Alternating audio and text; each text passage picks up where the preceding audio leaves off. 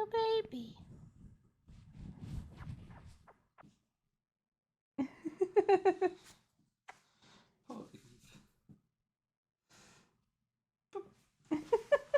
I did not expect it to end there. It's morning already? Oh, Paimon still needs more sleep. Let's take the morning off. Huh? Wait, look over there. Isn't that... It's one of Linny's cards. It's been a while since we've contacted him. Let Paimon see what's written on it. Maybe you haven't heard, but today is the monthly free day. Everyone has the day off today, which makes it the perfect time to do some investigating. It's been a while since we last talked. Have you been making any progress lately? Let's meet at our usual spot in the factory area before lunchtime. I have new information. Ooh, today's our lucky day. We have the day off. Interesting. From the sound of it, Lenny's been making progress with his investigation. Wonder what he's discovered. We still have some time before we meet up. Let's talk with the people here for a bit more before we go.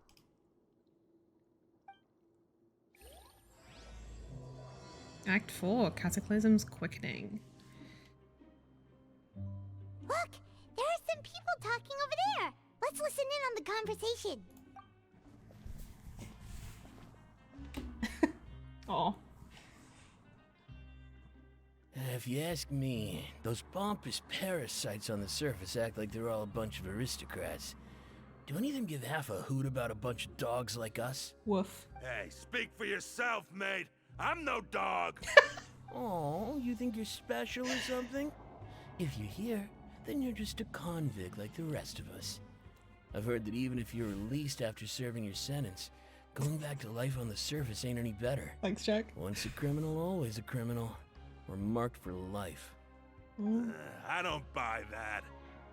That's kind of how it is in real How life. cool would it be if the whole world was destroyed by a giant flood and everyone had to start over from nothing? What kind of filthy bilgewater are you spewing? I have family up there. You That- best shut your sewer hole with talk like that. That's Listen, prophesized things to ain't happen. so What the great fuck on does this the guy know? surface, But who says that you have to leave? I've heard that you can still stay here and work even after you've served your sentence. Not bad if you ask me. Hi, Who wants to Amanda. live in the ruddy overworld anyway? And what makes you think they'd want to hire someone like you? It's one of the great mysteries of the universe, how someone as useless as you is so confident. Whoa. Sounds like they're really unhappy about the overworld. He really Speaking does. of He's a which, very, like, I've never heard smoker's anyone voice. use the words overworld or underworld when we were living up there. Is it only something the inmates down here say? Yeah, probably. Because I guess, like, in the overworld, they don't really think about the underworld. Because it doesn't, like, feature in their daily life. When we first got Fontaine, I said, like, it reminded me a lot of Belobog in Star Rail with, like, the overworld and underworld. And, like, a lot of the architecture is similar to me. Which I guess makes sense. They were developed around the same time, right? I think you're right. That's true. Anyway, I've already decided to stay here. Wish I could say the same. There's a group of people over there. Let's go listen in. So I said, that's not a faucet. Hey, who are you two?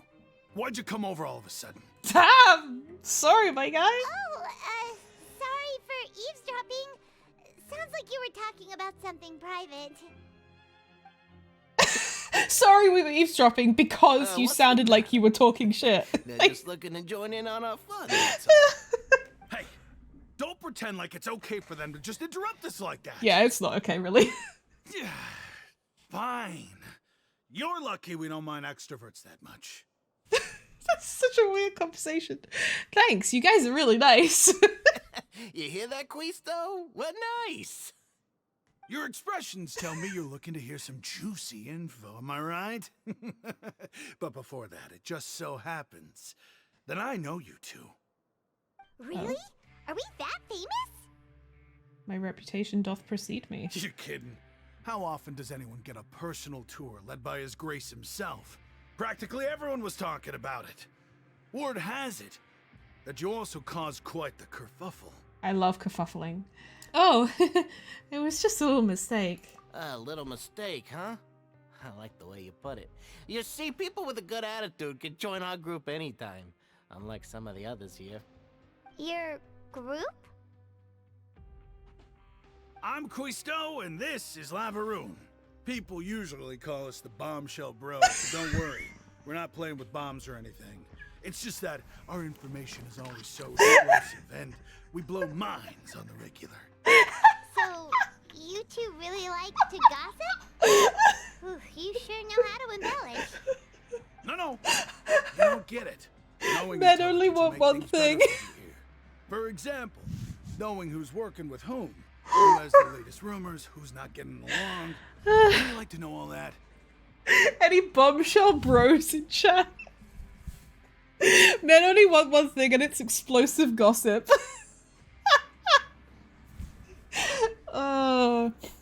Oh, my Archon. I'd love to know. Please tell me. Whoa, all this info's worth something, you know? You should prove Also, you're worthy right. of it. I don't mind him. Quisto's always this way. Just play nice and say something to massage his ego. The welfare meals. Talk about the welfare meals. We ate the most incredible welfare meal recently. Right. That meal we had yesterday was super delicious. Paimon can still taste it whenever she closes her eyes. Yo, Jenks. Is that so? To tell you the truth, I've been helping out with making those welfare meals. I've been working as a kitchen assistant for about a month and a half now. Oh, so you're the one who made those delicious steaks. Amazing. You could be a professional chef. You are correct. I am a true professional. In fact, I even went to culinary school. But enough about that. Since you like my cooking, I guess that means we share similar tastes. Listen carefully. This little bombshell will help you learn what's really going on here in the fortress. Huh? Deliver and just wink at me? Seems he's saying, don't be upset, he's a good fellow. Listen, kids. The power structure within the fortress is quite complicated. The overworlders couldn't care less about us down here. We're basically dogs to them. You've already met the one person here you should never cross, the Duke, Risley. He knows more than you think. And if he doesn't care about something, then he often doesn't bother dealing with it. Me. Those who have the Duke's attention get all kinds of special perks. Even better treatment in the infirmary. I know who you mean. It's that Jurier character, right? I don't think there's anything useful about him at all. Why does he What's that? visit the infirmary practically every day? Is it normal for anyone to be going in and out of there so often? If you ask me, he's just The Orb faking it Genshin version. to get out of work. But did you know that Churia was a talented researcher from the Fontaine Research Institute before he came here? There's no denying that. I don't care if he was a researcher that could turn dirt into Mora. Once you're in the fortress of Meripede, you're just another inmate like everybody else. Ah, interesting. According to Quisto, a person named Jurio frequents the infirmary. I should take note of that. Speaking of which, the last time I saw him, he was passing by in the corridor with Lorvine. I also heard they started arguing in the library and got into a fight, right? Guess that's just how terrible of a guy he is. You mean he hit a woman? Wow, I never imagined he was that bad. But that Lorvine's also quite the odd one, you know? She's always gabbing away, got into a fight with a man, and she also got sent to the infirmary. Come to think of it, I always see her going to the sick bay every couple of days, too. Huh. Wait a second. You don't think? Do you think could it be that they're secretly meeting there to go on dates? But it's really hard to imagine. After all, I do remember seeing Lorvine beat Juria to a pulp that one time. Ayo. We might be overthinking things. All I could think of is Orange is the New Black and how, like, basically every fight in that show just turn into lesbian sex. That's my reference point for fights in prison. I'm like, seems true. So Jirio had a confrontation with a girl named Lavine, who also frequently visits the infirmary. I'll remember that too. That's a laws of prison, true. Is it really all right for us to talk about people behind their backs like this? Every group That's chat. just how it goes. Good gossip is still gossip. Yeah, I guess you're right. But wait, we're not just gossiping. This is legit information we're discussing here, right? Why are heterosexual men like the biggest gossips of all? Hey, you over there. So this name should be pronounced Bavière. Who's to betting they will say Baviliers? Because I can already see it happening. Who, me? Yeah, you. Say, do you like playing card games? You know, like Genius Invocation TCG? Not billiards. Bavière. Even people down here play that game? You TCG players are like mint in the wild. Literally sprouting up everywhere. Get Sino down here. Hey, come on now. What's wrong with finding fellow Invocation aficionados? Anyway, care to join me for a game? Wouldn't the cards be like contraband? No thanks, we're busy with other things at the moment. Ah, alright. No pressure. But why would you be looking for people to play Genius Invocation in a place like this? Don't people usually come here to fight? Whether you're throwing down cards or throwing punches, it's all a competition, isn't it? It's all the same in my eyes. Fair There are enough. lots of card players here in the fortress. When I saw you, I immediately thought, hey, even outsiders from other nations play cards. So I came over to say hi. Nah, he just wants to make a friend. That's awesome. Would you mind chatting with us for a moment? Sure. Great! Since you've been here longer than us, you need to flex your seniority a little bit, right? Maybe you could start by telling us newcomers some stories about this place. I thought you would have already heard everything by now.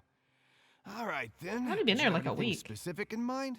Or do you want me to just pick a topic? This guy's really nice. We'll let you know if we've heard it already. All right. Have you heard any strange rumors since you've arrived? Many. Yes, we have. Then did you know that there are some people who are always gossiping over in the corner? Yup. You mean Christo and Laveroon? Yes, so you've already met those two. They're quite a pair. They always keep an eye out for the latest happenings and gossip about everything. I've never seen anyone with more time on their hands. I heard that they used to be a chef and a bartender before they were sent down here. You know how bartenders are, always chatting with customers. And chefs love to pass the time just hanging out when they're not cooking. Good to know. Do you have anything else to tell us? Let me think. Sounds like you want to hear something a little more tantalizing. Oh, did you know that the Duke was also a convict in the fortress of Meripede before? Interesting. Huh? Wait, are you serious? That's right. The Duke was an inmate just like you and me. Seems he was exiled here for committing some crime. Who knows how he ended up rising up to become the warden, though? To go Sucking from dick. an ordinary inmate to becoming And the cock. manager of the whole place? I'm not gonna lie, I kinda respect that. By the way, do you happen to know anything about a forbidden zone? A forbidden zone? Sounds like something that someone just made up. I've never heard of that. Where did you hear about it? It's just a rumor we've been hearing, but no worries if you've never heard of it. Do you have anything else you can tell us? We're just asking this guy for all this stuff, and we won't even play a game of cards with Anything him. else? Not that I can think of, but I'll be sure to tell you anything interesting I hear next time. You'll have to play a game of Genius Invocation with me first, though. Alright. Okay, we've talked to just about everyone, and it's about time for us to go meet Linny. According to the card he left us, we should go meet him in the production zone. See you later. Hey, let's play a game if you ever have time. This guy is nice. I want to play a game with him. Fuck yeah, Bavier. Sometimes overlay off fair. Eating fish will help combat. No Huh? jokes. Hi, Sandy. How are you?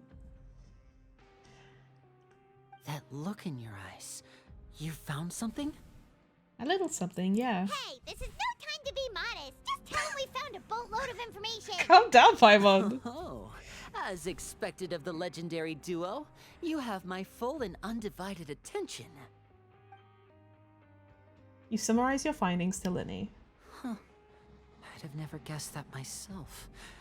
The rumors swirling about this place are unreliable after all, and Master Child probably went missing because he found a way out. He is a harbinger after all. I suppose he's much more resourceful than I initially gave him credit for. Unfortunately, this isn't enough for our final report to Father. We need to find out Master Child's exact whereabouts. Father told me that even though Master Child said he was just coming to Fontaine for a vacation, he actually had some personal reasons. His agenda might be linked to his disappearance. Well, he wanted to find Skirk, his master. And also he wanted to spar with Cloran. The most important thing right now is to catch up to him. His escape route is already flooded, so we'll have to test someone with professional diving skills to chase after him. Well, when you put it that way, it's obvious that only Fremine would be up to the task. Bingo! Is he around? He's working today. Coming here as a group would have attracted too much attention. I'll talk to him about it later. She Frem in my A to like, never mind. Please do, we're counting on you. It's the least I can do. We're all in this together, so it's only fair for us to fulfill our end of the bargain. Honestly, I'm far more impressed by you guys managing to collect all this information right under Risley's watchful eyes. We haven't seen anything of him. Collecting information has always been our strong point. I wonder Now, if let me Risley's think. letting this To happen. find out more information, Like, he does know, Fremine will and he's have letting to it happen. retrace Master Child's original route. And if he's to do that, he'll have to set out on the next pipe cleaning day at the earliest. That's 6 days from now. And after that, he'll probably take another 2 or 3 days to return. You can even estimate how long it'll take for him to get back? We've been working together for a long time. We know each other's capabilities like the backs of our hands. Traveler, what say you to meeting here 9 days from 9 now? days now. We'll be able to pick up Fremine while we're at it, too. It's a lot of days. Sure. Oh, and there's just one last thing we'd like your help with. Though we can just sit back and wait for Fremine's report on Master Child's whereabouts, we still need to make more progress on the investigation of the Forbidden Zone. Fremine's no master of disguise. Lynette's still working on getting intel from the other areas, and I'll need to spend some time helping Fremine prepare for his diving mission. So, you are the only ones we can count on. What do you want us to do? Will it be hard? Well, I won't call it easy per se, but I think you'll be able to pull it off. Listen carefully. Yeah. You'll need to find an excuse to get into the infirmary and investigate the room and environs. Oh, You've is that maybe mentioned the way several to the Forbidden sketchy-looking Zone? people always meeting at the infirmary earlier, so it probably has something to do with the secret we're hoping to uncover. You've already met the head nurse, so she'll be less suspicious of you. Investigate the internal structure of the infirmary and any active dealings within, and pass those on to me alongside anything else you're able to discover. But also, there's no need to take risks. Don't forget, safety always comes first. Sounds good. I'll give it my best shot. My apologies. I just started rambling out of habit.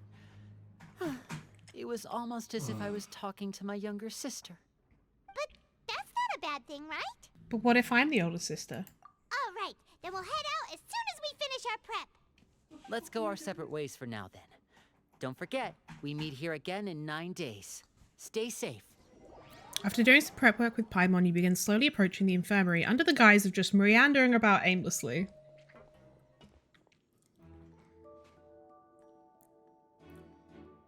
Hey, stay here for now. Paimon will take a peek. Oh yeah, Paimon's super sneaky. There seem to be several people inside. That's so inconspicuous. Let's try to eavesdrop on them first.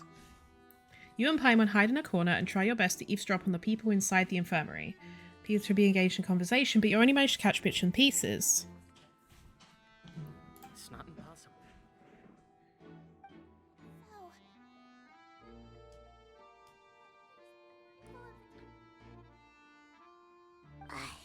It's a bit hard to understand them from here, so why don't we just try to talk to them in person? Let's go as soon as you're ready. You nod and take a long deep breath before inhaling a large amount of vapor from a foul-smelling potion. That potion is a result of a failed attempt at alchemy you once performed with Paimon at some point during your journey. Having given it a good whip, you hand the potion back to Paimon to stow it away. I wish I knew what that said. Someone, please help! She's sick! You're legitimately getting yourself sick. Whoa, are you okay? Oh my! What's wrong, little one? There's no need to panic. Take a deep breath before you begin. The traveler started complaining of a stomachache, and then nausea, and then collapsed onto the ground. Paimon doesn't know what to do.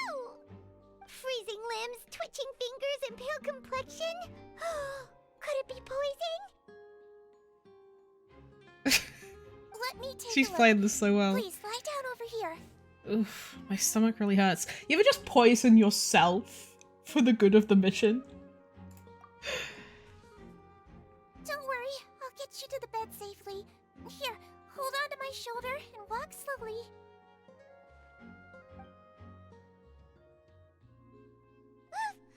You can do it, traveler! Thank you. I'm sorry. Don't apologize. You're sick after all. Now, please relax. I'm just going to do a preliminary checkup on you. She's so cute, I love her. Citrine has taken out a few instruments, begun to do her checkup. I hope I'm not so healthy that she gets suspicious. I see now. My checkup has confirmed that she's not in any mortal danger. That's our worst fear out of the way. Eh? Oh, that's good. But I'll continue my diagnosis of the patient now. Please, relax and take a deep breath. Citrine's using her hands to palpate different areas on my abdomen. Seems like she's using elemental energy too. Her expression's growing more and more Don't relaxed. sense serious damage to your organs either. Does it hurt when I press here? It's not too bad. And here? Oof, that hurts a little. Huh?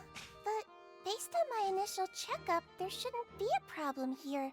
Oh, how strange. Oh no, was my acting a bit over the top? What about here? Does this hurt? No, not really. Can barely feel it. Oh. I understand. So that's what it is. I think you just ate something that disagreed with you. That's all. Nothing too serious. Outside of a pretty bad stomachache when it decides to act up. So that's what it is. Thank goodness it's not anything more serious. And there have been other inmates complaining about the food recently. I'll inform our head chef, Mr. Woolsey, of this problem as soon as possible. Congratulations! The health risk is incredibly low, so you should recover within a couple days. Why don't you take a rest here while I go get some medicine for you? Miss Levine, I'll have to trouble you to help me look after this new patient while I'm gone. Very well. Enjoy, Jenks. And she hopped away, just like that. Phew, this infiltration mission is going much more smoothly than I imagined. Next, there are only 2 people left in the room. Citrine just called that woman Lorvine, so she has to be one of those frequent visitors to the infirmary I've heard of before. Would that mean the man next to her is Jurio then? Hello. So how are you feeling now? Still not great. I can't keep staring at her. It'll draw unwanted attention. That guy also seems to have noticed. Now he's looking in my direction too. Her stomach ache's really bad. She was stumbling about the whole way here, so Paimon's really worried. If Miss Sijuin says it's not a serious problem, then there's no need to worry. She's the best medic we've got down here. But it also looks like she's the only medic you've got down here. Ooh, sounds tasty. Well, that's true. What do you mean, that's true? That's really misrepresenting the situation. Of course I can't speak for the whole fortress, but it's not like everyone imprisoned here is useless, you know? Though they may have committed crimes and gotten locked up here as a result, they still know a thing or two about medicine, and they help Miss Sishuin take care of the sick and injured. Yeah, you're right. But did you have to lecture me about it in front of another patient? Aren't you a patient too? Where did all your energy come from? That's correct. Sorry, I got Sus. a bit ahead of myself. Are you two also sick? We've been sick a while. I come back every once in a while for checkups, and to pick up the medicines Miss Sijween prescribes for us. That's just the nature of chronic illnesses. As for her, you could say she fancies herself as Miss Sijween's capable helper because she learned a bit of medical knowledge ages ago. Motherfucker Please looked watch up your mouth, WebMD. Mr. Jurrier. Don't forget that you are the primary reason I have frequent heart palpitations. Hey, don't start arguing now. Please, keep it civil at least. These two seem to have a pretty terrible relationship and only ran into each other because they came here to pick up their meds at the same time.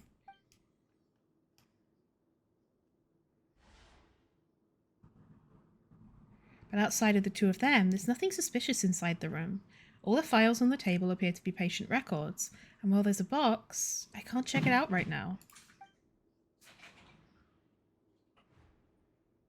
There also aren't that many furnishings on the wall. Eh? Wait, there seems to be a movable hatch on the ground over there. Hey! There's no need to fight! Everyone will be released someday, so there's no need to argue over silly things like this!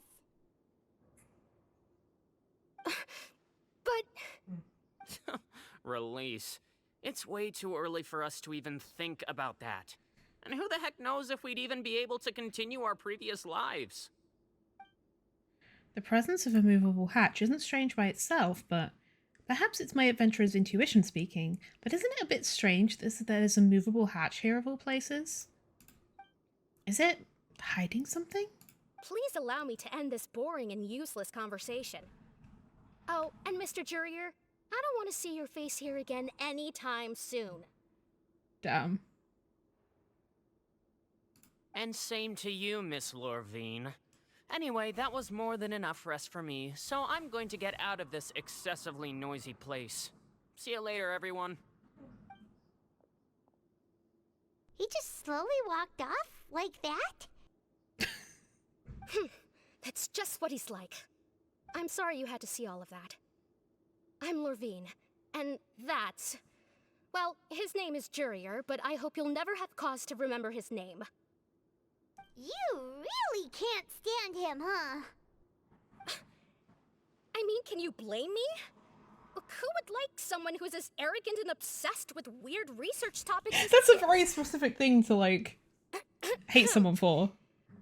But there's no need to keep dwelling on him. I'll accompany you two for a while. Miss Sishuin should be back soon, and I'm sure you'll feel better as soon as you've had some of her medicine. Thank you for looking after me. No, it's nothing. I'm back! Did you rest like you promised? I don't know if you call that Thank you for getting resting. our medicine, Miss Sishuin. Did you all cooperate with your bed rest? I trust that nobody got up to walk around. Good. Here, this should be 2 days worth I of love her so medicine for much. you. Take one pill now, and then continue your bed rest. You take the stomachache pill that Citrine gave you. Miss Lorvine, I left in a bit of a hurry just now. Do you still remember if we discussed the color of the pill that you should be taking today? I remember. You said it should be yellow.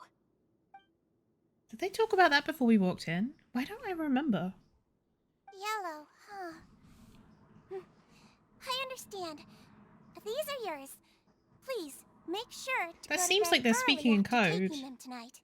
You'll benefit from a good night's sleep. All right, then I'll also be on my way now. I hope you feel better soon too. Feels like code.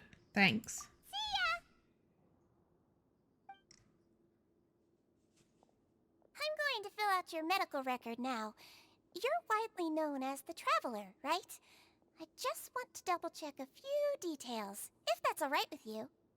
Those two made quite the commotion just now, so why don't we let the traveler rest? Paimon can answer the questions instead. So her primary symptoms are abdominal pain, with secondary symptoms of nausea. Is there anything else? That's it. Alright then. Is there anything we should know besides to take the meds? No, her base constitution is quite good, so I'm sure she'll recover quite quickly after taking the medicine. Please, make sure to stick to bland or less stimulating foods. And don't stay up too late at night. I mean, we get the food that we get given. We'll hold the traveler to that for sure. Sijui's still looking at me. I should just try to take a nap like she said. Oh, you're going to take a nap already?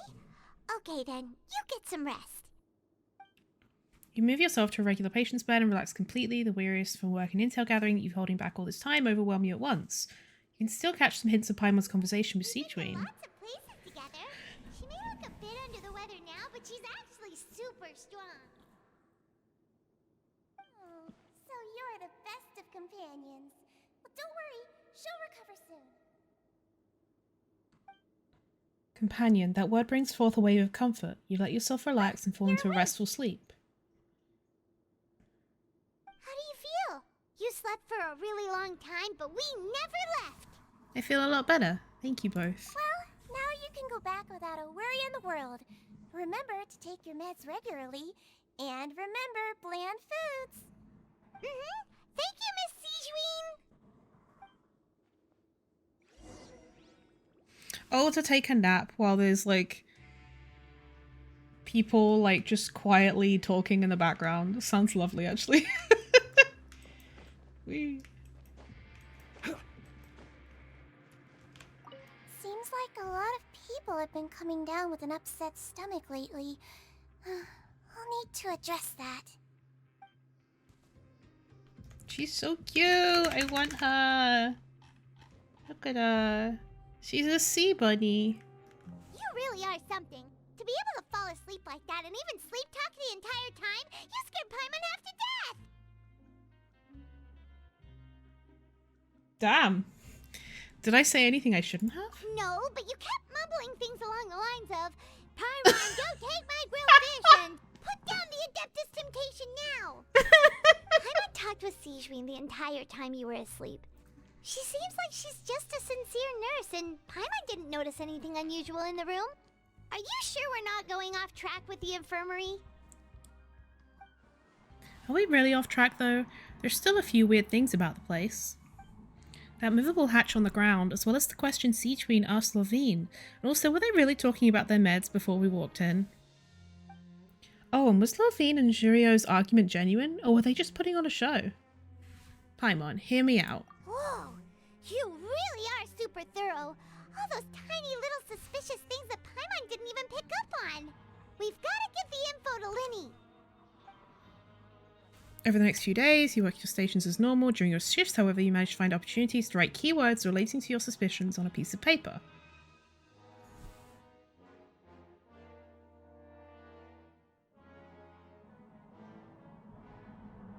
You manage to pass the slip to a busy Lynette as she happens to pass by. Her disguise is impeccable, and she does not even look at you or change her expression as she pockets the info. Nice. I love Lynette. Her disguise is impeccable. She looks like herself. And finally the promised 9th day arrives. She just looks like her usual self. Today's the day. Let's go meet up with Linny.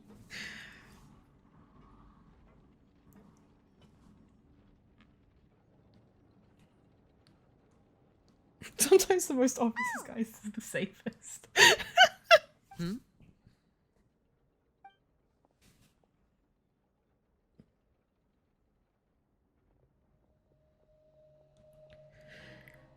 Did you two run into any trouble over the past few days? No, we just worked our shifts according to the schedule. Nothing weird happened. That's good. That means you didn't raise any suspicions when you infiltrated the infirmary. We've taken a look at the slip you've sent. Fremine successfully left the grounds via the pipes 2 days ago, and as of last night, Lynette has also infiltrated the infirmary after faking an illness. Wait, why is she getting involved as well? You already went above and beyond when you scoped out the infirmary.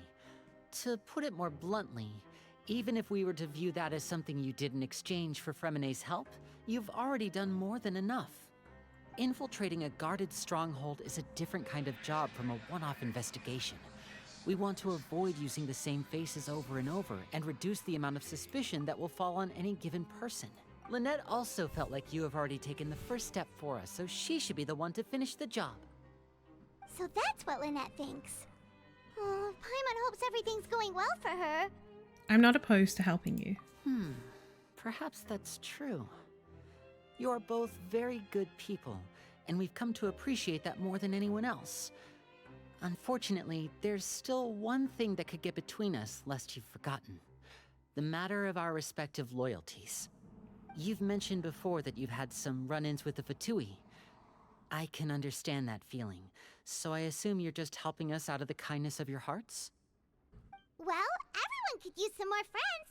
We'll be counting on you to help us in the future, too. Plus, I want to fuck your Since I dad. see you as friends, then it's even more important for us to protect you from any peril. Fremenay and Lynette feel the same way. I mean, not your dad. She just calls herself your father, but like, you know? I get it now. Glad to hear it. Then, let's go check on Lynette before Fremenay returns. If everything went well, then she should be wrapping up her investigation right about now. Is now really a good time to go over? According to my observations, Sigewinne always spends around half an hour away from the infirmary right before lunch. Lynette knows this as well, so this should be a good time to meet up with her. Oh yeah, we heard about that too. Also, I'm her brother, remember? It's only natural for an older brother to care about his younger sister's well-being. Okay, then let's head over right away. Let's go. Lynette should be here right now. Huh. Interesting. Strange. Lynette? As expected, Sigewinne isn't here, but why isn't Lynette here? Could she have found a lead and left to follow it? No, Lynette rarely deviates from the plan. We agreed that if she were to make changes on the fly, she'd find a way to let me know. Unless... Let's see if there are any clues around here. We can look while we wait for her. Who knows? Maybe she'll be back soon. Okay. Team sus. Has she been kidnapped? There are some books here and a few files. They all look like medical records. Advanced nursing, how to raise the spirit of your patients, a quick guide to the psychology of emotions, and the meaning of laughter. These sure are some interesting books. Who knew Sigewinne would be interested in these kinds of things? She even has books on understanding people's motivations and feelings. Is it because she's a Melusine? Or does she have a need to understand her patient's emotional state? I mean, both. Seems quite normal to me. These are skills that would come in handy no, for a nurse diary. from time to time. Who did you lose it to?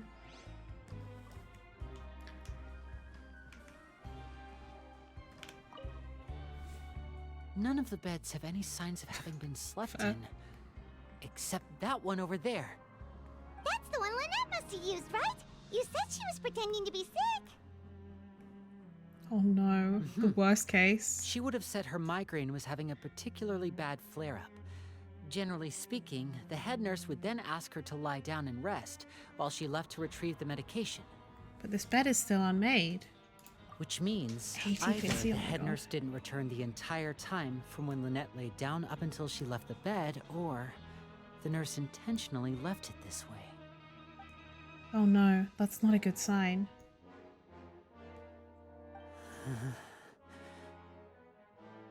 Oh, he looks worried.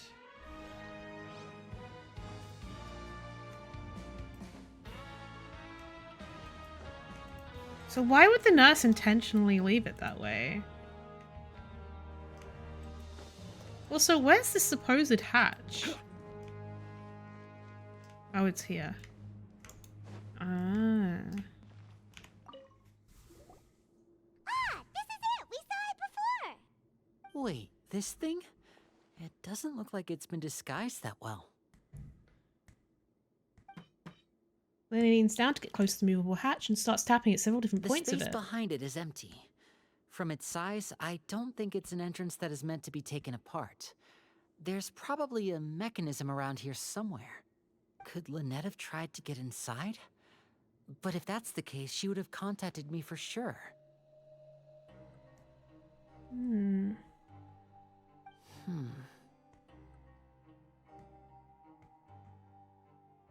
Let's look around here for some more clues. Don't panic, just take another look. Look on Lenny's face. He's definitely beginning to panic. Don't panic. He probably said that subconsciously more for himself than anyone else. Hey, you guys, there's a slip of paper over here! A slip of paper? It's right over here, and there's a bunch written on it too. It reads, "Out of respect for your usual practices, I'll use a piece of paper or card as the medium to pass on my message. You may consider this as me giving you my best regards." This is... Is that all? Is there anything on the back? The back. This is... Show me! Now! Oh? That look on your face. Paimon's reading it now. Would you care to guess where Miss Lynette of the Fatui could be right now? No. Could she have... Is she already... Wriothesley. Did he deliberately leave the infirmary unguarded to use it as bait? Wait, you mean he was aware of our goals from the very beginning? But why? We didn't run into any trouble last time, and he also never reached out to us since. Yeah, I felt like he knew more than he was letting on. Like, the whole thing at the start, like with the tour thing at the start, was so weird and sus. Why did he choose to act during our second infiltration attempt instead of the first? Yes, that is a crucial question. Wriothesley, he doesn't do anything without a clear goal or reason. So this means he had no concerns about your activities from the very beginning. You're not from the same camp as us. You were sent down here by Nervulette, so you have no conflict of interest with Wriothesley. We're a completely different story, though. Why did he only go after Lynette? I'd like to know that, too. Maybe as bait Why to get did he only Lenny? go after her? Don't panic. Just think everything over. I have to stay calm. This is not like what happened last time. The situation's different now. Oh, he has PTSD from the last time she got kidnapped. Oh. Lenny. Wait, you're right. Wait, but that means...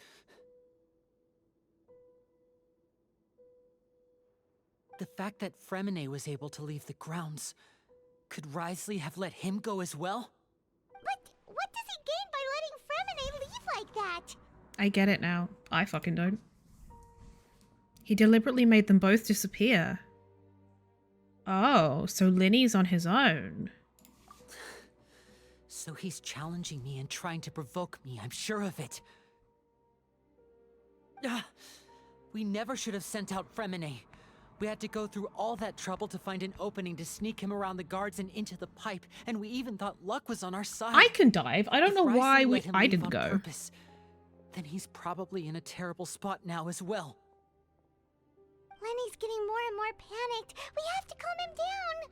Yeah, think like clearly. Lenny, calm down. Don't be like this, Lenny. Fremine wouldn't have left if we hadn't told you about Child. That was our fault. No. I'm the leader of this operation, and I'm the one responsible for this team. I was the one who failed to protect them. How do we know we're not being eavesdropped on right now? I'll go talk to Wriothesley. Hey, don't be reckless. Traveler, please talk some sense into him. I simply cannot allow Lynette to be abducted again. I have to go. I'll find a way to get them back. Aww. Lenny. He's rushed out the door! After him! Aww. Oh. She was eavesdropping. Oh, she was smiling. I feel like we still have some room to make changes on these details. It's not impossible, but it'll require extensive testing. Is that so? Very well. Then please be mindful of the time.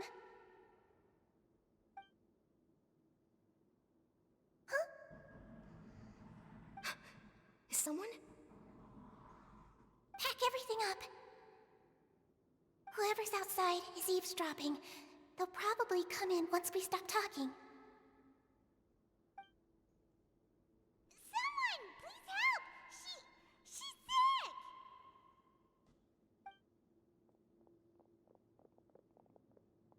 Whoa, are you okay?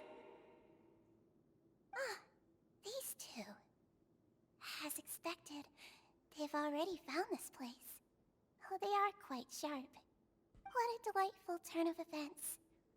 I like smart people, but I also like playing dumb. I like the feeling of being trusted. No, why is the fucking trans bunny evil? There's no need to panic. Take a deep breath before you begin. No, why would you do this to me, Haya?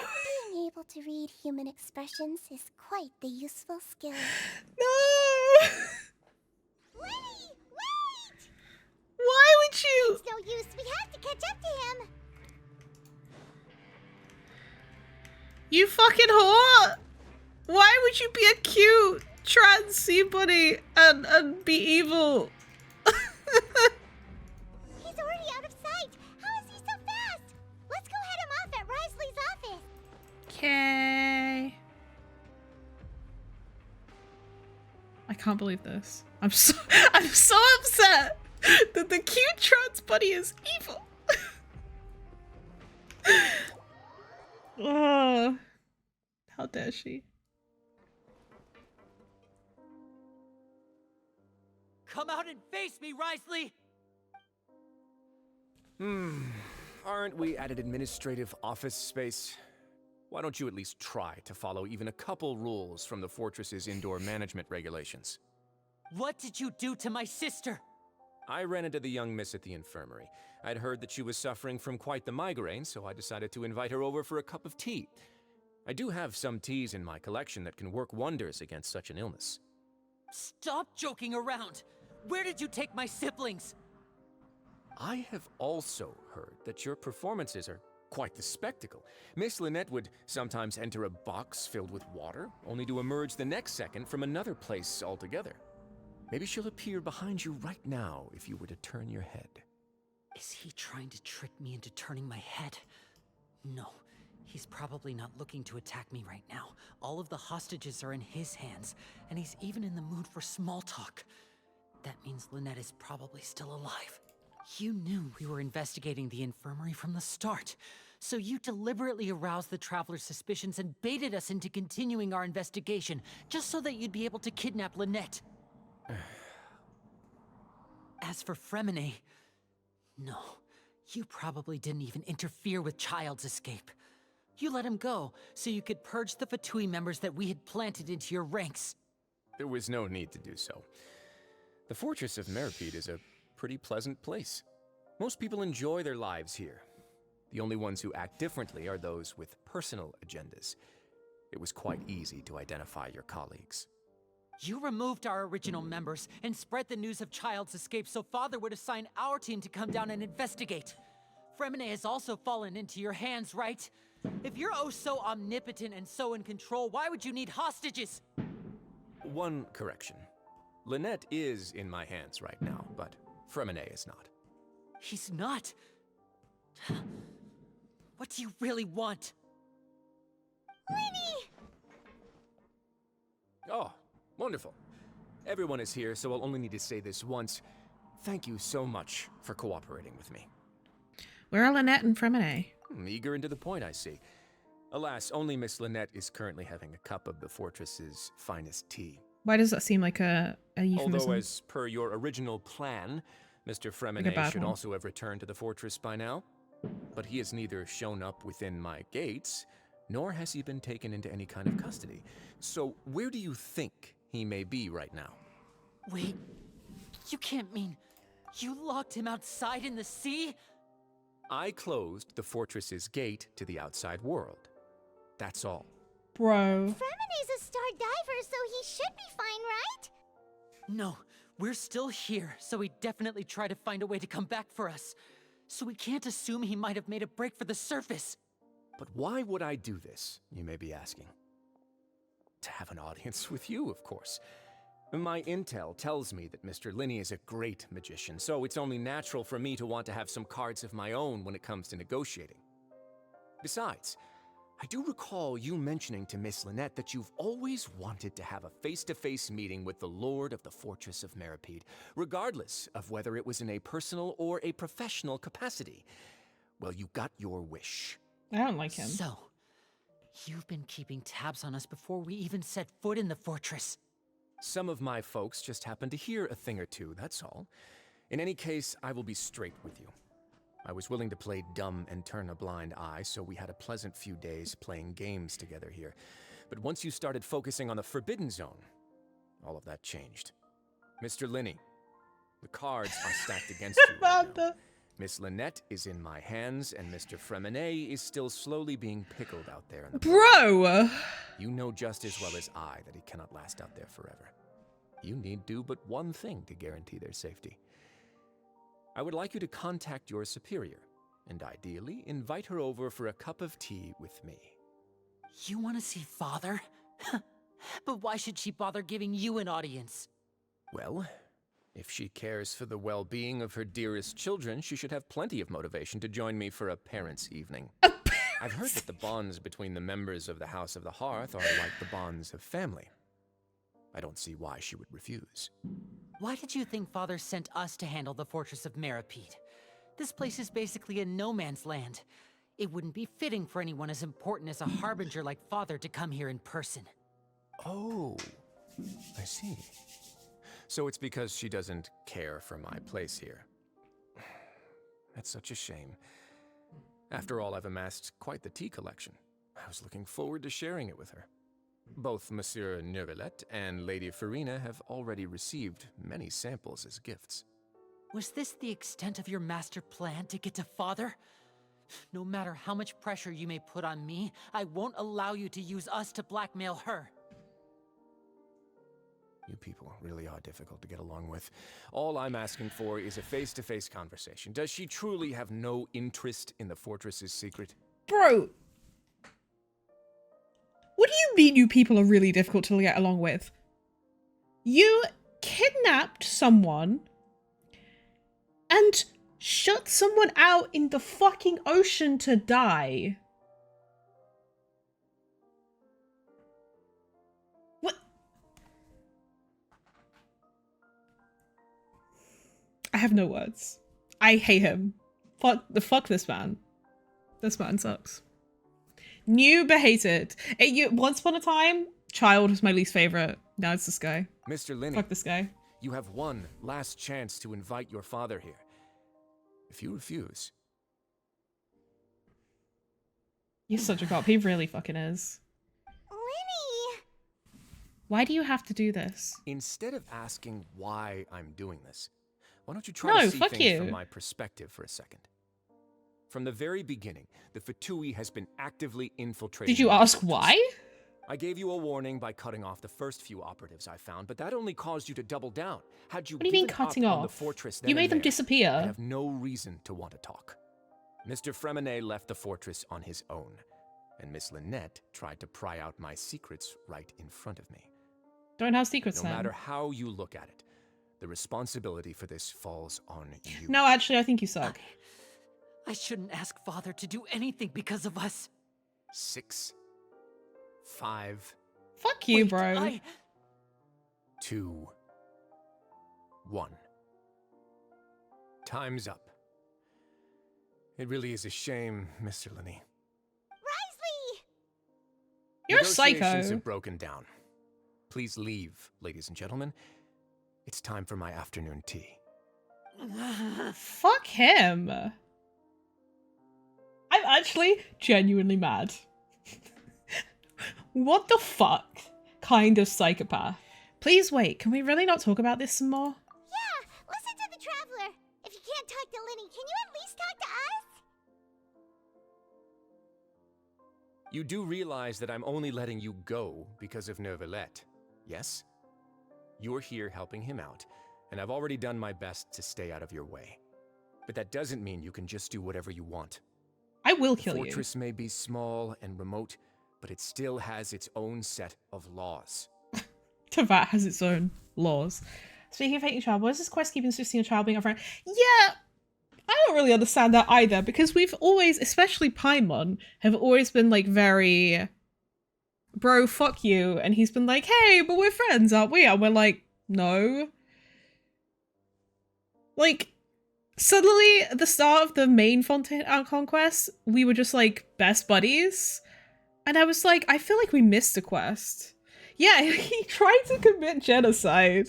Has everyone forgotten this? Like, and Amanda, don't say you could fix him. Like, since when was he our friend? I don't know. I don't get it. But also, I like Child more than I like this guy. This guy fucking sucks. It's just a battle maniac. He tried to commit genocide. Please spare Fremonate and Lynette. Yeah, don't murder people, please. Then how about this? Those who are capable deserve respect. You've spent quite some time investigating my home turf by now, so why don't you tell me a thing or two about what you found? I'll ask you 3 questions. Answer all of them correctly, and I'll agree to your request. Question 1. Regarding the hidden rules of the production zone, what is the truth behind the one about not being allowed to work for 3 days in a row? What do we have here? Can't believe he's asking about the hidden rules. If I recall correctly, if you keep working without any rest during lunch hour on the 3rd day, you will find a portion of strange meat in your welfare meal. It's a good thing that we've already run a thorough investigation on this. Let's see if I can remember all the clues. I should be able to find an answer if I can piece everything together. If you break the hidden rule of the production zone, your welfare meal might contain some strange meat. I've been told that the infirmary is always empty for the half hour just before lunch. But what could Sigewinne be doing during that time? The Fonta promoter has been struggling because he doesn't recognize the real value of coupons. Meanwhile, the Duke believes that only idiots who don't understand the value of coupons would spend them on Fonta. We often see Miss Sigewinne observing the prisoners at work near the production zone. Seems like she can perceive the general state of a person's health just by looking at them. Fonta's internal reports suggest that they're starting a new trial of an unnamed and unpackaged product. But the product has to undergo a trial because even Fonta's own employees have a lot of reservations about it. The research note said that the Melusine race perceives the world very differently from humans. Because of that, the Melusines have also developed a sense of aesthetics that appear rather strange and alien to humans.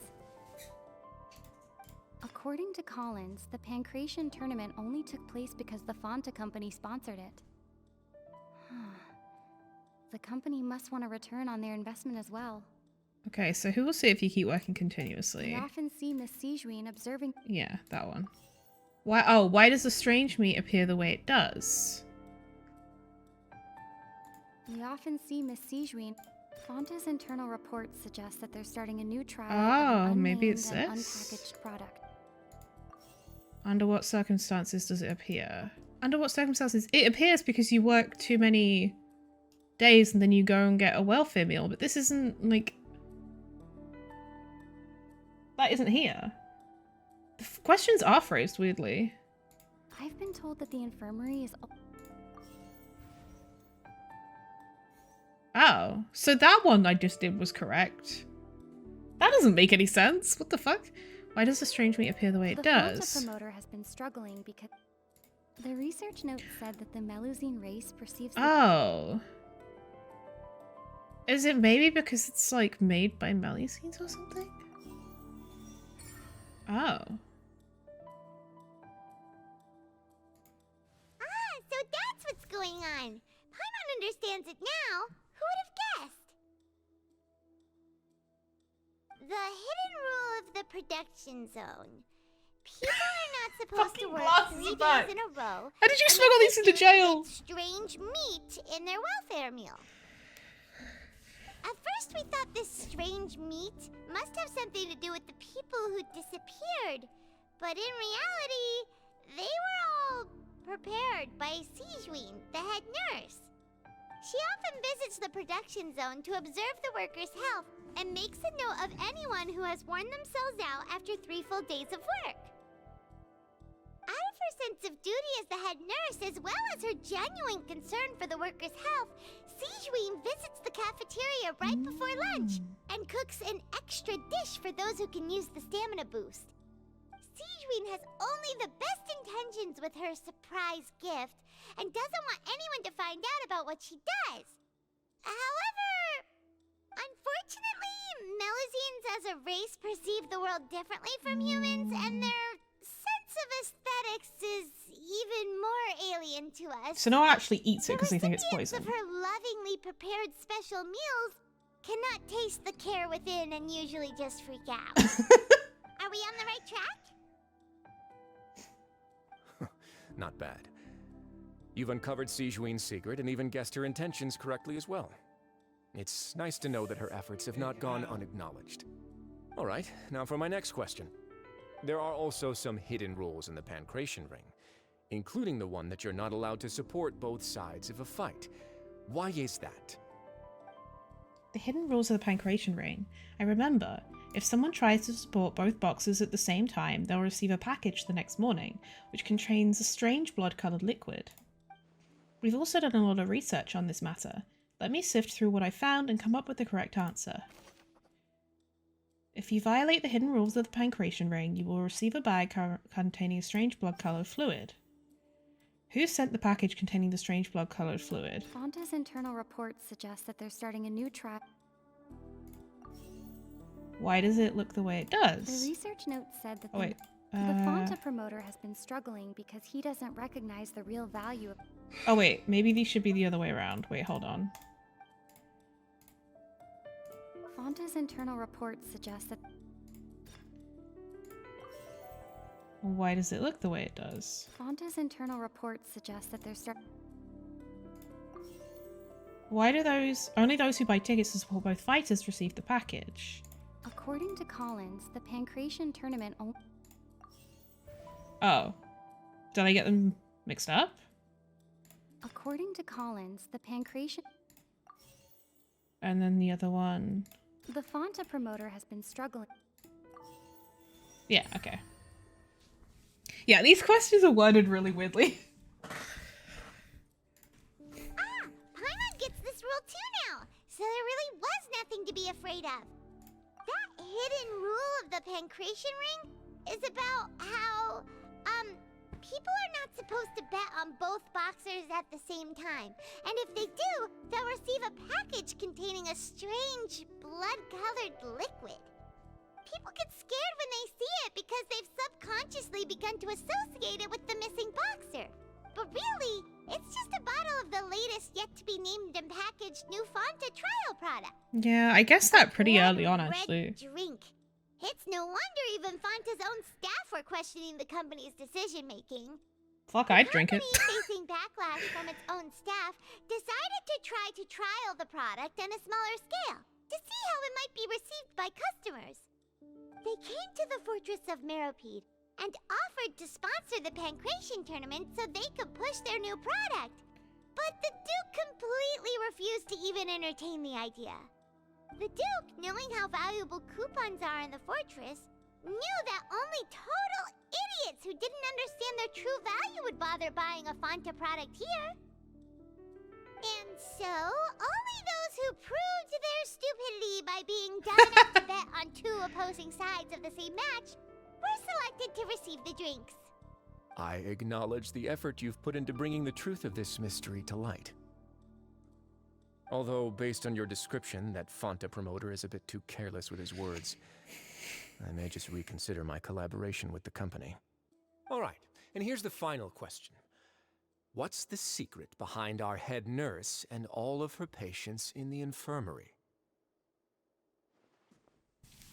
We haven't collected enough info to answer that question. Stop your cruel and pointless games, Risley! Oh. You know that we haven't finished our investigation, so there's no way we can answer the last question. The thought of sparing Lynette and Fremine never even crossed your mind. Yeah. He is kind of like playing this like a fiddle right now, and it's kind of shitty. Linny. You'll pay for this! Ah!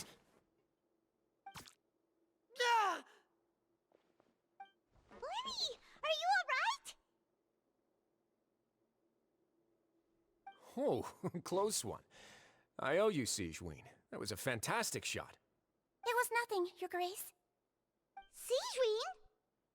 Though this gun may look like a toy, it's actually fully functional, as I just demonstrated. Sigewinne...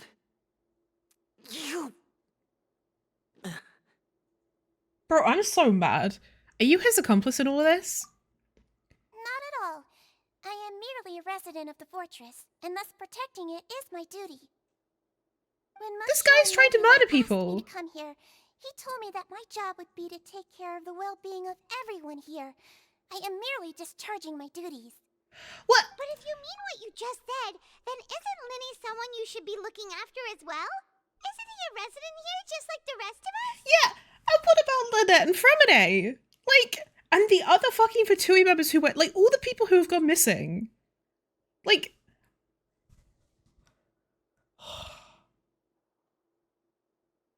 I'm extra pissed off that she, who I thought was so cute and wanted to pull, is part of this.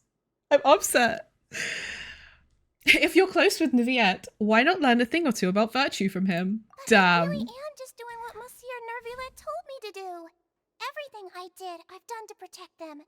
Had I not, they would be in far more dire straits right now. His Grace knows it too, right? Your Grace?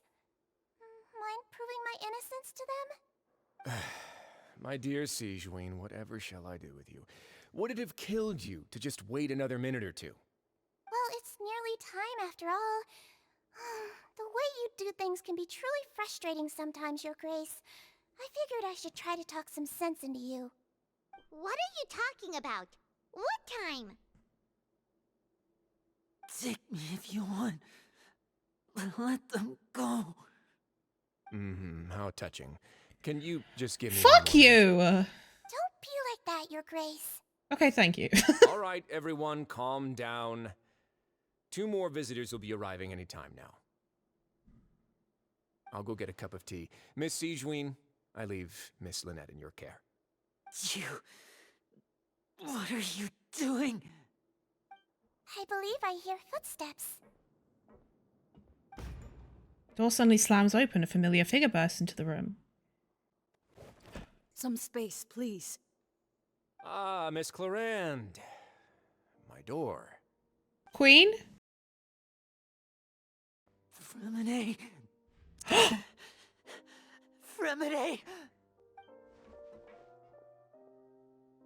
What's going on? He can stand now? What's Clarande doing here? Work.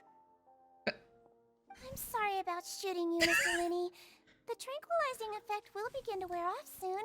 Ma'am! Take it easy in the meantime, though. What happened to Fremine? Wasn't he diving just outside of the fortress? Why is he looking like this? These symptoms. It can't be. A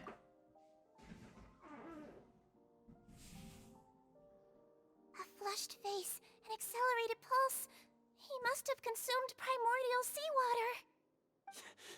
What did you say? Uh-oh. Please, make some space. I'll need to give Mr. Fremine a more thorough checkup. Your Grace, I'll leave the rest to you. I'll talk to Clarande while you get Fremine to where he needs to be. Everything else can wait. How did he not just dissolve then? Was it just like only a tiny bit? And so he's just really drunk? Like, I don't get it.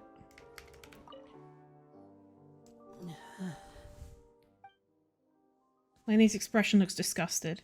It seems like he'd rather not have Sigewinne touch Fremine, Still, he didn't stop her since it's obvious that Fremine does require urgent medical care. Answer we stone later? Okay. Siege Queen's examining Fremine carefully. She doesn't look too upset, which is a good sign. I hope Fremine will be okay. How is he? These symptoms are probably caused by an acute ingestion of a large amount of primordial seawater. A large amount? Still, his condition is not critical. Of course, it would be best if he stayed for further observation. Let's leave him here for now, and move him to the infirmary once he's recovered a bit more. Unless he's not Fren? Like, he's not Fontanian? I am aware that the infirmary may not be your favorite place in the world at the moment. We do only have a single clinic in the fortress, however. Why would he ingest a large amount of primordial seawater after leaving the fortress? How could that possibly happen? Please, look after Mr. Fremine for the moment. I'll go fetch some medicine and a respirator. Oh, I'll bring Miss Lynette back with me. Where is she? How is she right now? Oh, she just took a nap in an empty room after I tranquilized her. If my calculations are correct, she should also be waking up right around now. You might not believe me, but His Grace and I actually made some snacks and tea for her. I don't like how it's capitalizing His Grace. He doesn't deserve that.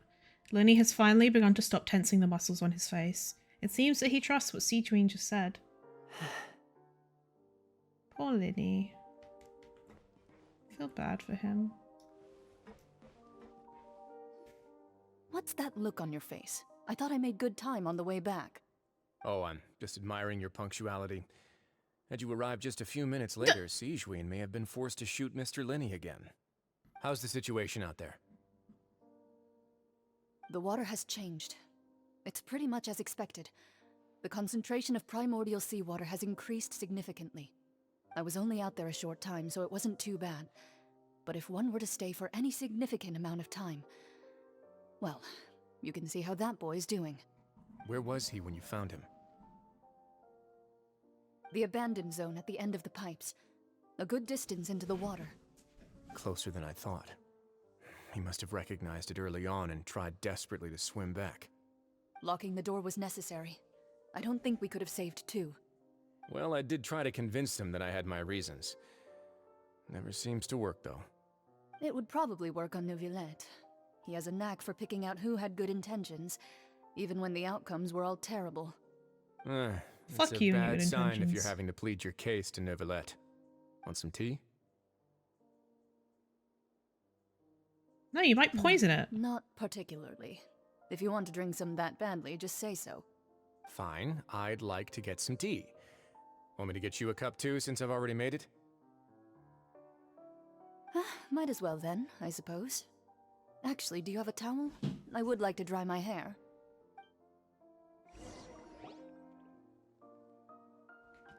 Lenny, are you okay? No, he's probably got severe PTSD.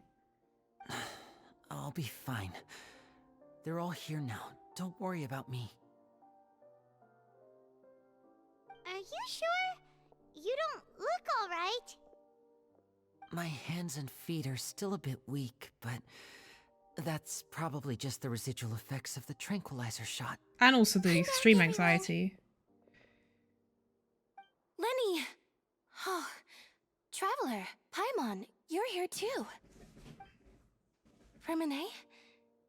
Is he... He'll be fine. But for now, please help me lift him up. You know, explain what the fuck's going on to this poor girl? Lynette immediately comes to lift Fremine up. With their help, he swallows some medicine.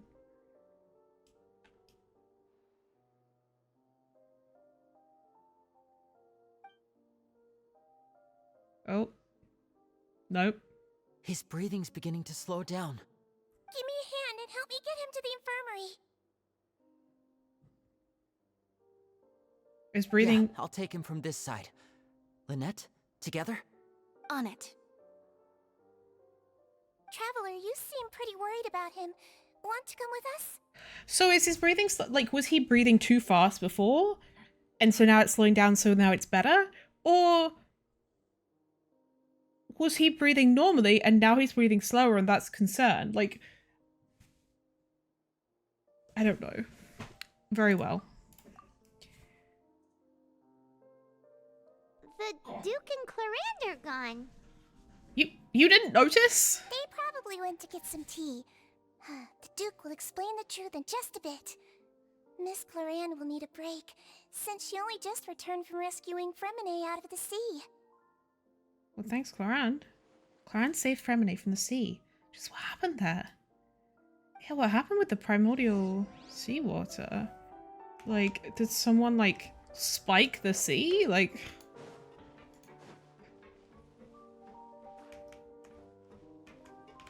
Could I tempt you with some sugar for your tea? No need. Tell me the fucking truth, mate!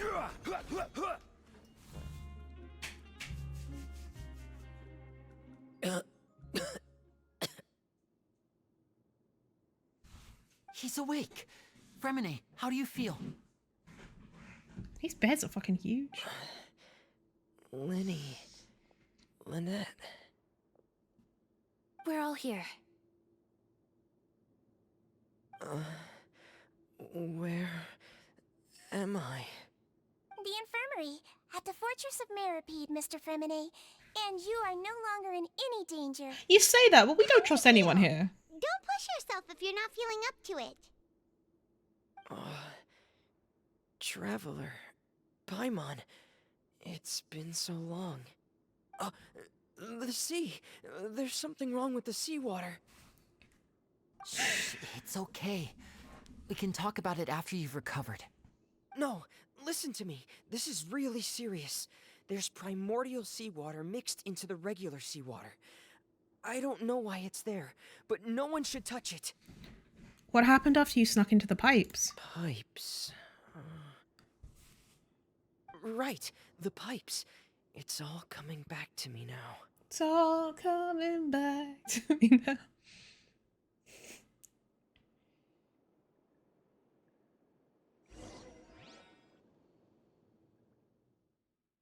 Are we gonna get to play as him?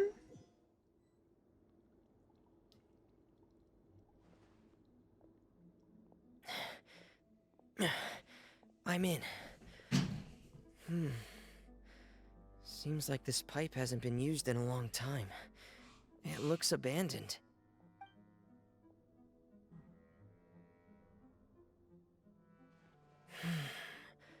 Where could Master Child be?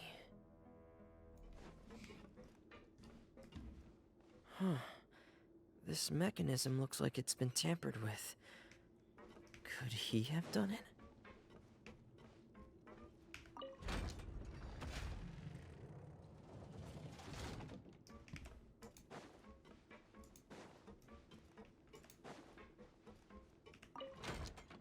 There's a lot of sussy mechanisms to have in a fucking... in the, pipes of a prison.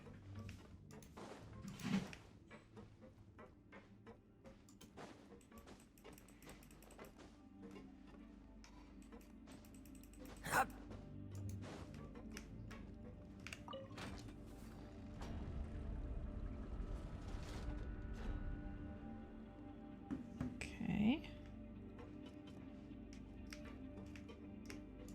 Oh, this one.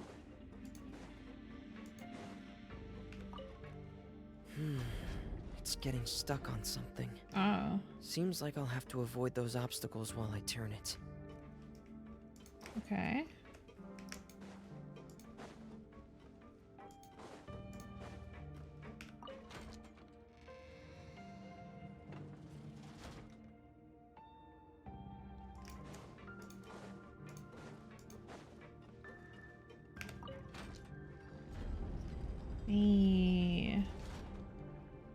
And now I raise it up. Okay. What was it even getting stuck on? Was it just that pipe?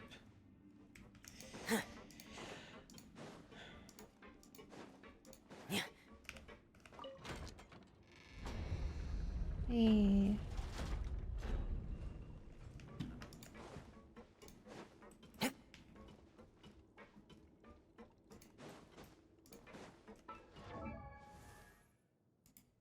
Why does he have so much HP? Bro, what? Interesting.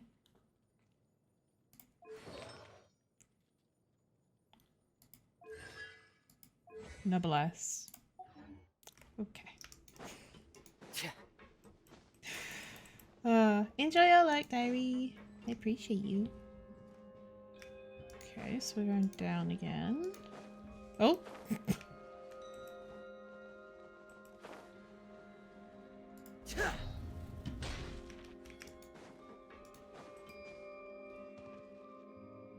This is where the water starts.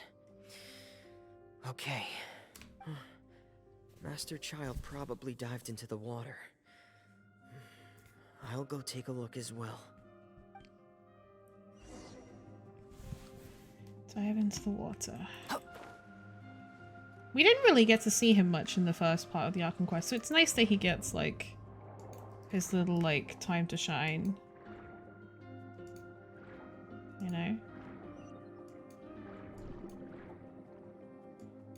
And that his voice actor gets some actual lines. The vegetation here is a bit more sparse. These traces aren't natural. A person must have left them, and recently. I should be going in the right direction.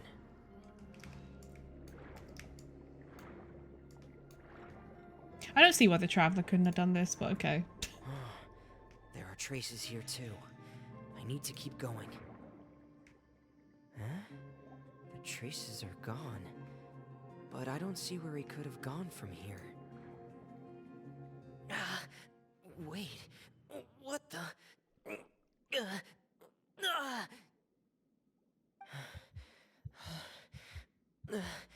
My heart is racing, and it's getting harder and harder to breathe. What's going on? To breathe. Sorry. No good. I have to get back.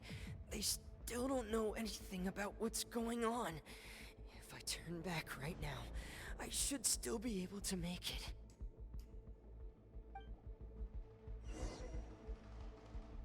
Oh. Wait, I'm kind of...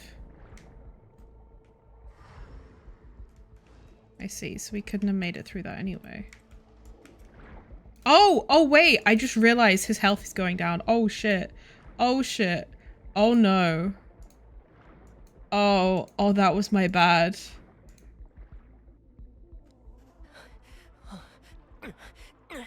I can't die here.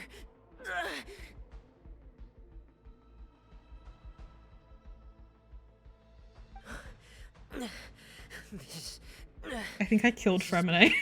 I'm feeling worse and worse, and I'm still underwater.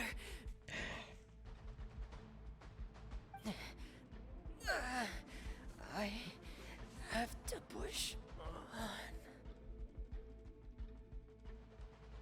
Oh, okay, never mind, it's fine. Maybe that was scripted then. I kind of want to know what would have happened if I had, like, actually reached it. But maybe you can't actually reach it. So, in other words, the trail you were following vanished, and you had no idea where Master Child could have gone. But there was also no obvious place for him to have disappeared to. Did he somehow fall back into the abyss? Mm-hmm. That's right. I tried my best to swim like, back, was there a portal but or something? I had already put some distance between myself and the fortress, and I just couldn't find the strength to keep going. I probably passed out some time after that, and you know the rest. Miss Clarande brought you back, but we also don't know why she just suddenly appeared at the fortress, or why she went out to save you.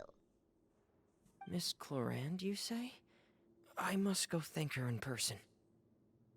You're still too weak, Fremine. You can go after you've had some more rest. Miss Lynette is right. I believe Miss Clarande will stay here as a guest for another few days, so there's no need to hurry. A guest? Then I can assume Risley was the one who invited her to come down here? You should ask His Grace about that. He'll be able to explain better than me.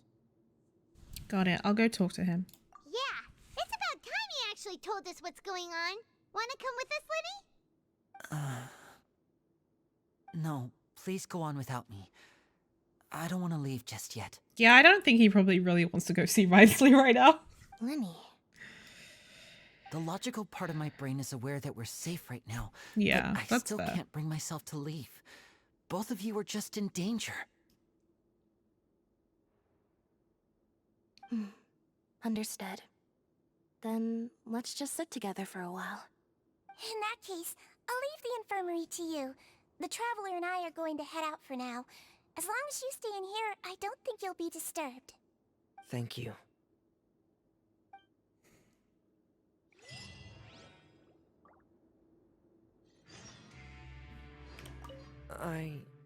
I'm so sorry, Lenny. Aww. I'm also really sorry, Lenny. I should have been more careful. Don't say that. It was all my fault. I was the one who should have been more careful. Lenny puts a lot of pressure on himself. If I was stronger, maybe I would have already found Master Child.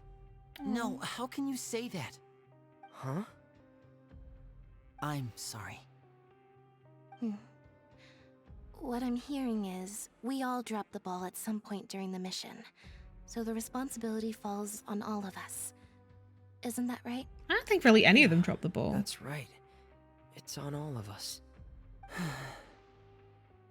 Lenny, we understand that you're worried about us, but we're worried about you as well.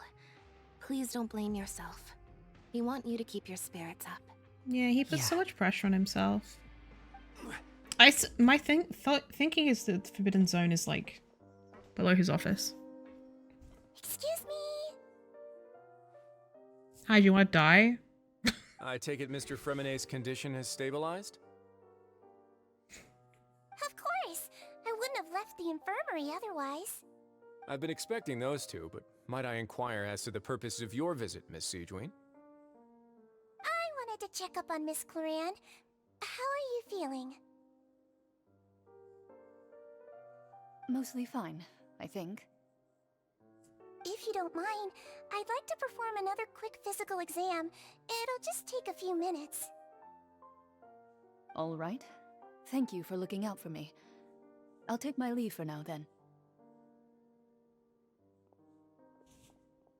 Well, want to explain yourself, Risley? Of course, but I'm not partial to the word choice of explain. Just fucking tell us. How about enlighten? Please enlighten us as much as you'd like. Where should I begin? How about you start by asking me any questions you have? You can start with whichever one you'd like to get answered the most. Then Paimon will begin. Did you know about Lenny's goals from the very beginning? No. I just knew they were Fatui operatives sent to the fortress by the Knave. As for their specific goals, I only figured those out as you made progress on your investigation. You managed to monitor and stay ahead of them even though you didn't know what they were trying to do? They came here with ulterior motives. I'm quite adept at discerning what that kind of behavior signals. Why didn't you stop them? Initially, I thought their goal was just to investigate Child's disappearance. Linny suggested that I had deliberately let him escape, but in truth, I didn't really do anything special to help or hinder him while he was here. Everything he did, from finding helpers to leaving this place, he did on his own. Of course, it's inevitable that the Knave would make a big deal out of her fellow Harbinger's unexplained disappearance.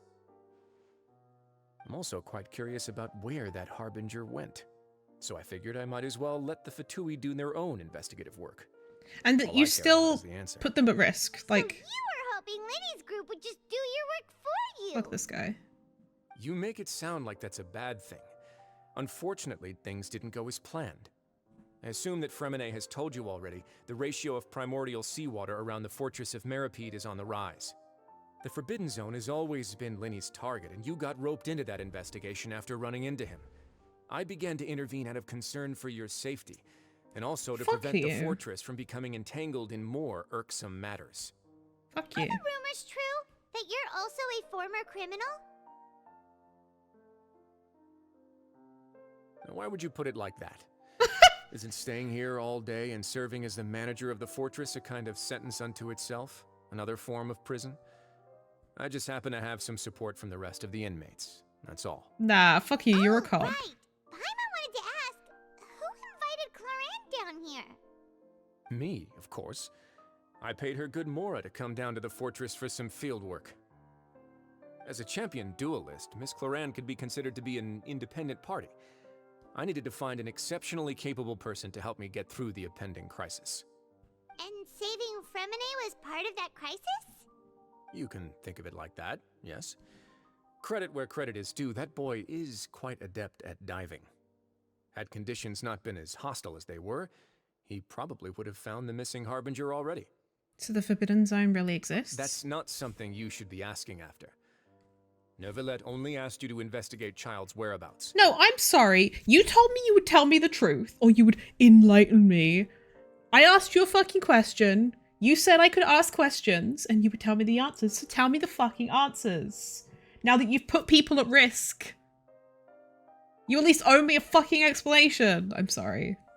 I'm mad. All I need to prove to you is that the Forbidden Zone had nothing to do with the Harbinger's disappearance. That should be clear now that you've spoken to Fremine. Tell me what the Forbidden Zone is and why it's forbidden. We uncovered that there's something wrong with the infirmary, and we've answered a bunch of questions that you threw at us. Isn't it about time that you answer our last question in return? Exactly. Make a compelling case. Do you really want to know the answer that badly? Yeah, and also, where did you take the... Where did you put all the other Fatui operatives? Not be pleasant. Yes. Follow me. Like, all those other operatives went missing. Where the fuck are they? You can't just, like, make people disappear and then not expect people to ask questions. Like... I'm mad. There's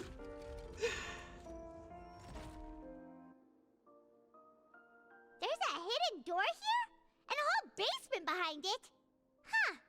You're pretty good at hiding stuff, Risley. I found it. It seems you've forgotten just what kind of place the Fortress of Meripede is.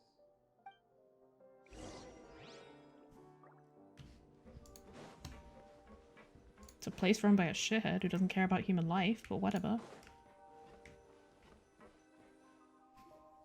Stand on the central plate. Wait, is there a secret mechanism or... Whoa! Oh, the colors are kind of weird. Once everyone has taken their positions on the circular plate, it begins to slowly move downwards. Paimon's not touching the ground, though.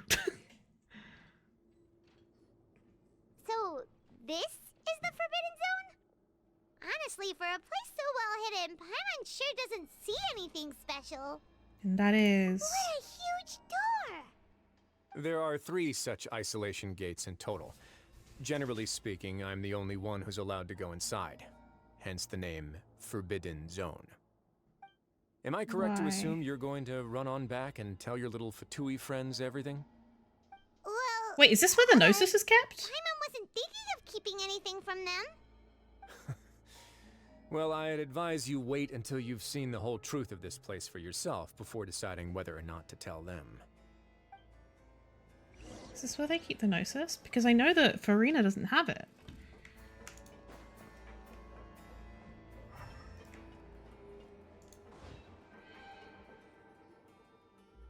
Huh. So there's a switch on the side. Stand back.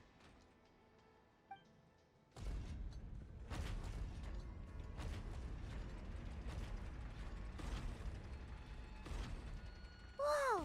They all just went up one by one. What's that in the middle of the room? Go on, have a look.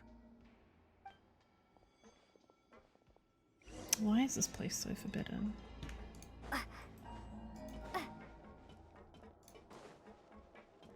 It can't just be the Gnosis. This room is really empty with nothing in here, which is quite strange on its own. There's also a device smack dab in the middle of the room, which looks like some kind of massive sluice gate? I've been interested in what lies beyond that gate ever since I assumed leadership of the Fortress of Meripede. Of course, it would be unwise to recklessly open it, but it'd also be risky and negligent to simply ignore any potential danger that could be behind it. The readings on that dashboard have not budged since the day when I first laid eyes on this place. But over the past year, the needle has crept upwards from its original position, likely because some parameter it's been tracking Oh, has is it changed, connected to the if only primordial seawater? infinitesimally. Normally, I would have ignored it. but I happened to have some free time when I noticed it, so I investigated. Any guesses what the reading could be tracking? The water pressure? Very reasonable guesses. I've considered both of those as well. Unfortunately, our dashboard is tracking something less ordinary. The primordial The temperature should seawater. vary with weather and climate changes, so for something that rarely shifts, the water pressure is more likely. We ran a few tests to increase the pressure from the outside, but the readings didn't change at all. Later on, a few more possibilities occurred to me, such as a potential connection with the primordial sea. I began to make a few preparations based on that hypothesis. Over the past few days, the needle has moved again. With that, and the symptoms that Fremine displayed after leaving the fortress, I can now confidently conclude that the readings represent the concentration of primordial seawater in the seawater nearby. The concentration of primordial seawater? But we're already under the sea! And that is precisely the problem. We're at the bottom of the sea, and now we're surrounded by toxic seawater. Somehow, primordial seawater got mixed in, and the concentration is steadily rising. Seems like someone has deliberately done that. Primordial seawater is continually leaking into the sea? Yes, that's very likely. But forget about the two of us. Not even Novelette knows where the primordial sea could be, much less where we could find and plug a leak. Oh. Oh! Seems like you've figured it out. So this is where it's the kept? primordial sea lies directly beneath this sluice gate. For some reason, the primordial seawater levels have risen significantly, and it's now very close to us. The indicators are now red. Although the gate still stands, some primordial seawater has already leaked out and mixed into the sea around us. If this continues, soon it will no longer be able to hold back the primordial sea at all. If this gate falls, all of Fontaine will fall with it. Yeah, you know what the legends say. If this place falls, then everyone in Fontaine will be turned into puddles in the span of a night. Maybe you should have told, like, Nuviette about all this? Like... Too weird! Why would the Fortress of Meripede be built right above a sluice gate for the primordial sea? Who built this place anyway? Your expression tells me you think this might be part of a vast, complicated conspiracy. To be honest, you might find the actual answer may be exceedingly boring. It's just that the secret of the Forbidden Zone had been long forgotten by the nation before I rediscovered it with my research. There's no single founder of the Fortress of Meripede in any traditional sense. What we know about its history has been left to us by the people who used to live here. When the previous Hydro Archon, Egeria, ruled the land, oh, that's how all they're convicted pronouncing it? criminals from Fontaine were exiled. The people drove the criminals away like a wolf pack chasing away the banished. The criminals received no sympathy of any kind from the people. They were exiled to the desolate seaside, where they experienced only pain, struggle, and the bone-chilling cold. Some of them began to repent, and prayed to the Hydro Archon, asking if there was still anything they could do. The Hydro Archon took pity on them, and said, "You may go guard my secret, deep underneath the waves." And so, leaning on the power of the Hydro Archon, they gathered underneath the sea and began to build a fortress. They became a community down there in the deeps, and over the years helped it to grow. As the number of exiles increased, more and more people joined the community. When the first group of exiles died, they left the yet unfinished fortress to their successors. This is a big place for a bunch of people to Hydro Archon build. continued to lend her support, allowing the fortress and what it stood for to continue growing ever larger. Before long, this dark underwater fortress became the sinner's only home. And with that, the people here stopped referring to the fortress as a prison. They saw themselves as repenting sinners who would regain their freedom once they had sufficiently redeemed themselves. But as time went on, people also realized that the fortress was a lonely place. Once they had gotten used to life here, they could no longer feel comfortable living in the overworld. Once they had finished serving their sentences, some people left and some others chose to stay. They'd find some idle position and let their withered souls fade away with the ancient secrets of the past. Damn. After many, many centuries, few people still remember the reason for the fortress's founding. Now they just see it as an integral pillar of Fontainian society, as the place where criminals deserve to be sent. Now and again, researchers managed to break one law or another and live out their days in the fortress. I learned all this from an elderly historian. Everyone else just thought he'd made it all up. But now you know every part of that history is true. Indeed. It's just as the prophecy says. If this gate fails, then everyone will be dissolved into the sea. Do you believe in prophecies? To be frank, not really. But sadly, that hasn't stopped this prophecy from proving all too accurate. Prophecies are troublesome things. Just hearing one will create the first wave of panic. Seeing signs of it will bring about the second, and actually witnessing it in real time, the third. So, is the Duke of Meripede? Just what do you plan to do about it? Let's go somewhere else. I want to show you something.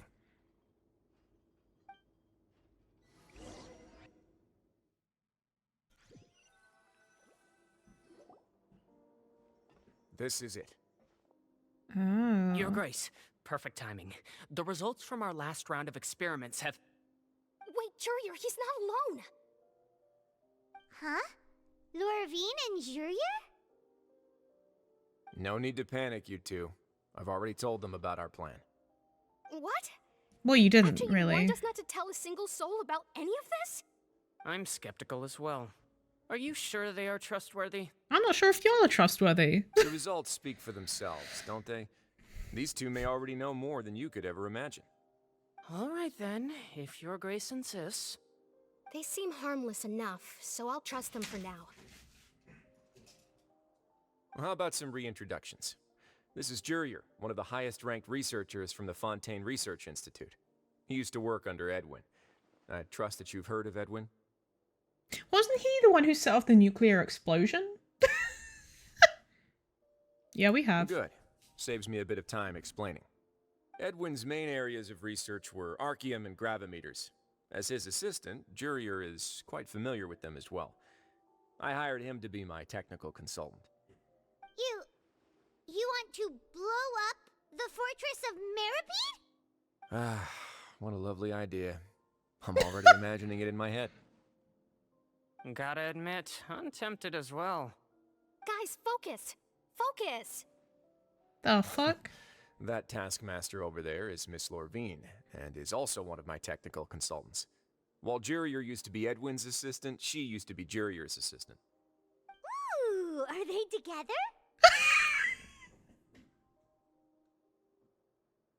Paimon? Was that really necessary? See, everyone keeps asking this question. Are you too sure you're not a couple and just using your work as a convenient cover? Your Grace, I am not in a relationship with this man. If I dated her, I'd officially be madder than Edwin. Jeez, forget I said anything then. Follow me. Whoa, there's another door that goes right up. Your constant amazement makes it seem like the fortress can do anything. Paimon's just easily pleased. But Paimon really thinks everything's super cool. Wait, I think I saw this from the outside. This is so cute though. Is this just a normal room? Well, let's spice it up a bit. And here you go. Whoa. This is... What a huge ship! Maybe I didn't see this from the outside. Zone that Paimon's never seen before. What's going on? How much do you know about Fontainian history? A little bit. Not much at all. Well, then maybe you haven't heard the story of ancient Lemuria. To give you a quick rundown, Fontaine used to be ruled by the Lemurian dynasty. According to legend, the Lemurian king Remus came to this land after being inspired by divine revelation and found the seer Sibila, who had taken on the form of a golden bee. Taking the golden bee with him and riding on a huge ship, the Fortuna, he created his nation above the surging waves. He called his nation Lemuria and used the Fortuna to incessantly search for new tribes and islands, calling on them to join his empire. There's a ship in this story too? Yeah, he just mentioned Where there's water, there'll be ships. People believe that hope can always be found at the end of a voyage. Do you believe that too? To a point, I think. As you've already seen, I have a whole factory's worth of labor, materials, and technology at my disposal. Certainly can't hurt to give it a try. So the moment I began to speculate that the primordial sea might lie underneath the gate, I also began this project. Were you inspired by the legendary Fortuna? Maybe. Fontanians need something to hold on to cope with the impending disaster. Can't you share your plan with everyone? Were the workers to find out the truth behind this ship, riots would destroy the fortress faster than any catastrophe. As the fortress's administrator, I'd never make such a reckless call. Alright, that's enough talking for now. I'll need another 3 cups of tea to soothe my throat. Fuck you. Do you have any other questions? What is that stuff? Seems like you're good. Come no, on. I'll take you back. I'm not good. What is this stuff? I'll leave you here for now. Oh, thank you so much. Don't thank him. No worries. But don't forget, it's up to you whether or not you want to share what you just saw. What you do from here on out will likely affect those 3 as well. Well, I mean, he means that my actions now will decide the next steps Linny's group takes. See, yes, they are part of the Fatui, but the main thing that Arlecchino is concerned about, and the main thing that they're concerned about, is the prophecy. And this is related to the prophecy. So I feel like they deserve to know. We could use Arlecchino as an ally with everything that she has at her disposal. Like, I feel like Wriothesley was so caught up with just being like, oh, Fatui, and so was making all these people disappear, which he still hasn't explained, by the way. That, and like mistreating them, that he failed to see a potentially powerful ally in solving this problem. Men are stupid. In other words, if I want to tell Linny the truth, I must make him understand that we cannot afford excessive conflict right now. Yeah, we'll put a lot of thought into it for sure. Yeah, we will. Great. I look forward to what happens next. We're back! Welcome back. Do you want a cup of tea? How can you be so much like Wriothesley, always drinking tea? Don't compare her to him. Actually, now that you mention it, I just remembered something now. While I was sedated, I could still barely hear 2 people talking next to me. They were discussing everything, from the leaves to the water and even the teacups themselves. Must have been Wriothesley and Sijuin. Yeah, I heard 1 male voice and 1 female, so it should have been the 2 of them. They really were just talking about brewing tea. Sus. I really can't make sense of this place. So, Traveler, Paimon, were you able to learn anything from Wriothesley? Yeah, he explained everything. Well, not everything. Very well. Then, would you mind checking your answers against my speculations? Feeling better now, Linny? Yeah, I took the time to rest, so I'm feeling a lot more relaxed now. Nobody else is around, and Miss Sijuin is also busy with something or other, so let's just talk here. Alright, then I'll posit my theories. I asked myself 3 questions. Firstly, why was Fremine affected by the primordial seawater? It was because he dove into the sea. My theory is, the long-lost primordial sea is probably very close to the fortress of Mirapede. Ooh, he's good. He got that right on the first try. That's our Linny. Secondly, Wriothesley's attitude changed dramatically during the course of our stay here. He ignored us completely at first, then suddenly roadblocked us. Why? Because you got interested in the Forbidden Zone. I spent quite a long time thinking about this. If he has been monitoring the Fatui since the very beginning, he probably ignored us at first because he was hoping we could find Master Child for him. What's more, the Fortress of Mirapede is not part of Fontaine's court system, nor does it report to Udex Nervulet. Wriothesley is basically the king of a no-man's land. Yeah, and I feel like it As long as should the have fortress more doesn't safeguards. do anything about Master Child's disappearance, Father can use it to pressure the Fontaine authorities.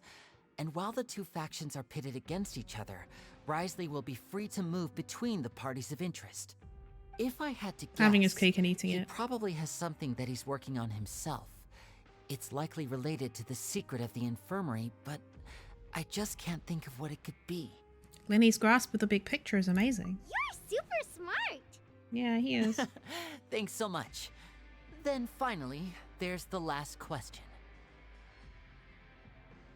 If Wriothesley does have a plan, what could it be? All I know for now is that his plan probably has something to do with the changing nature of the seawater. He's even gotten Cloran to help him out. That can't be the full extent of what he's doing. There's probably a secret passageway behind the block in the infirmary, and there's something big in the fortress that most people here never get to see. He has a bargaining chip, and it could be important enough for Father to deal with him directly. I don't have enough information, so I have no idea what his chip might be. But let me guess. You have the last piece of the puzzle. I wonder if they'll let us, after some deliberation, you share the information you just learned. Oh, I was going to say, I wonder if they'll let us decide. Showing what you saw, you emphasize now is not the time for disputes. I can't believe it. Whatever that said. The sea will engulf everyone. Just like the prophecy said. Could Wriothesley have wanted to meet Father to figure out a way to deal with this crisis? If you remember, I once mentioned that Father sees the House of the Hearth as her base of operations, and she truly wants to resolve the crisis. But how could Wriothesley have known that? I don't think he does. Or perhaps he didn't know and just wanted to bring Father over to his side. There were better ways to do Which it. could be why he said he just wanted to negotiate. Yeah, that makes sense to me. I understand your concerns as well, Traveler. I'll figure out a way to pass this on to our father. No matter what, we're on your side. The two of you have already aided us far too much. We probably wouldn't be standing here right now if not for you. If you ever need anything else going forward, please come to the House of the Hearth at any time. Though you may not share the sentiment, after all that we've gone through together, the three of us basically see you as family now. No, I'm on your side. You have my gratitude. Thank you for protecting Lenny when it really mattered. And thank you for sharing the secrets of the fortress with us. We didn't think you were going to do it. Why are you being so formal all of a sudden? Don't mention it. What was that? Paimon's hungry. Oh, you've done so much already. Go get some food. Alright, then we'll catch you guys another time. Is it gonna end there? Oh no, it's not. Interesting. I feel like I should try to become someone more capable of helping. Aww. You're incredibly helpful.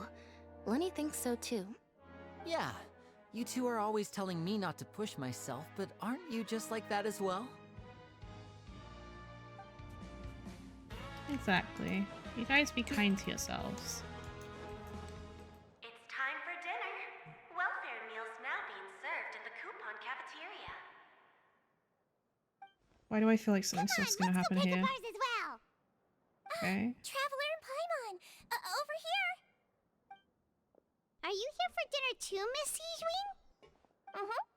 And I'm taking the opportunity to prepare Miss Cloran's dinner as well. Huh. You're right. She's actually sitting in the fortress cafeteria. I mean, what's wrong with that? What would you like to eat? Where else would she eat? Huh? We can choose? Yep, you can. I've already talked to our chef, Mr. Wolsey. It's all on me today, so you can get whatever you'd like. And I'll have the tastiest stuff you have to offer. Me too. Don't forget Paimon. No problem. Just leave it to me. After a while, the meal Sijween ordered for you arrive, and like days prior, this is for you today, bursting with flavor. Friends. There you are. Always brings some drinks over to you that taste a little strange. The shakes genuinely taste pretty terrible. At the very least, however, they help you to calm down. So delicious. Free dinners are the absolute best. Is this how it feels to be freeloaders? Wait a second. We did do plenty of work after all. Yeah, this is not freeloading. Feeling full yet? How's the food? I feel like we're gonna get poisoned. Delicious. Besides the milk. I mean, everything was super delicious. I'm so glad to see you all so happy. Oh, see, the expression on your face just now? The muscle here just moved, which suggests that you're It's kinda feeling creepy. quite relaxed at the moment. Sijuin, do you do this to help your patients or to better understand human beings? A bit of both, I suppose. I'm a Melazine, which means I'm very different from human beings. I must know what you're thinking if I want to take good care of you. You're really good at taking care of people. Even though you're so short, you still talk and act like an older sister. Coming from you, Paimon. Really? You're reminded of an older sister? That's great to hear. Oh, and what did you mean back in Risley's office? When you said that you were protecting Linny and his siblings as well? Oh, that. I just asked His Grace to look out for those children, especially that diver boy. I was getting a bit worried after hearing that something was wrong with the water. Thankfully, Glorand is very strong and managed to save him in the nick of time. His Grace also sealed the pipes after Glorand left, to make sure that Linny wouldn't impulsively chase after his brother. Although the path was blocked, we still stationed some guards there to stop anyone from approaching. They were instructed to only open the door once Miss Glorand had returned. Oh, and I was keeping an eye on Mr. Linny as well. We had to press him, but we couldn't allow him to be in any real danger. You were all super considerate and really thought everything through. I'm still sus of Just what we do Risley. down here at the fortress. At least this has been His Grace's style for as long as he's been the leader. I don't forgive him. Oh, Maybe I'll wish forgive her Miss though, because she's Sharon cute. would come down here more often too. I feel like he'd like it here, with all the darkness and chaos. That doesn't make sense at all. It's hard to imagine Navi outside of his office. Get a good night's rest, you two. You both worked very hard. No, trust me. Risley did a lot of things wrong.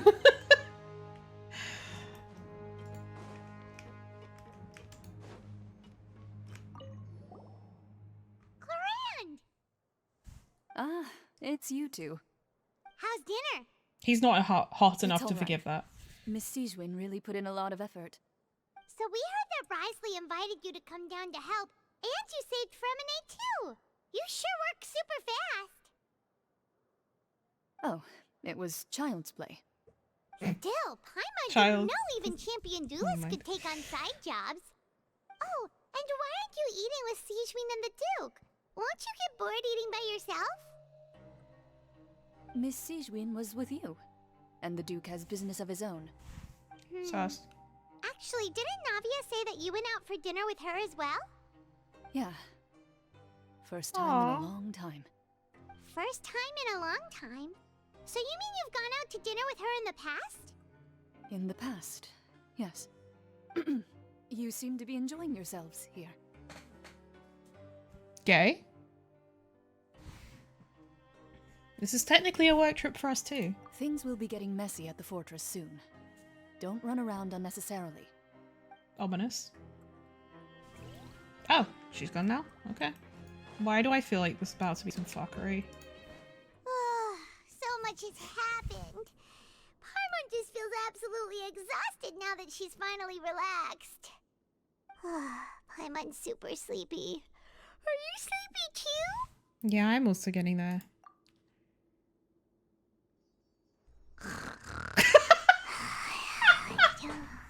Oh, she's so tiny. Oh, wow, she really immediately fell asleep. Oh, we're gonna. Delicious.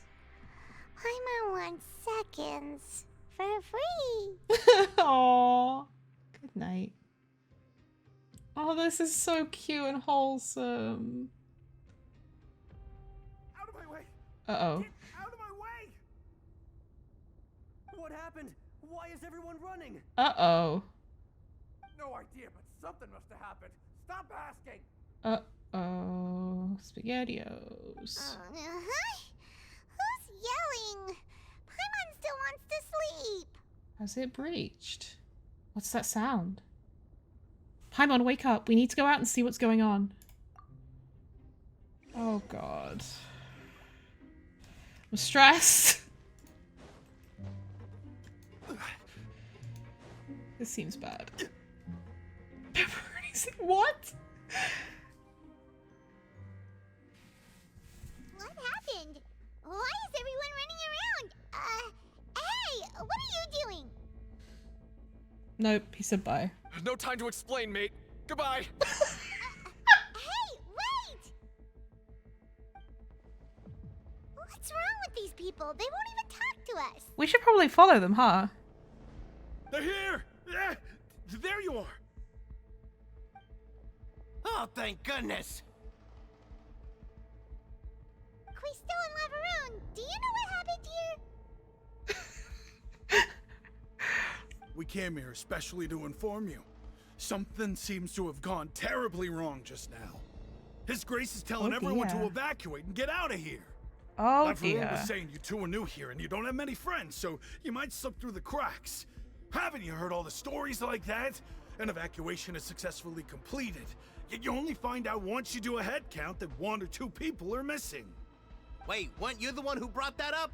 Why is it suddenly my idea? Hey, shut up!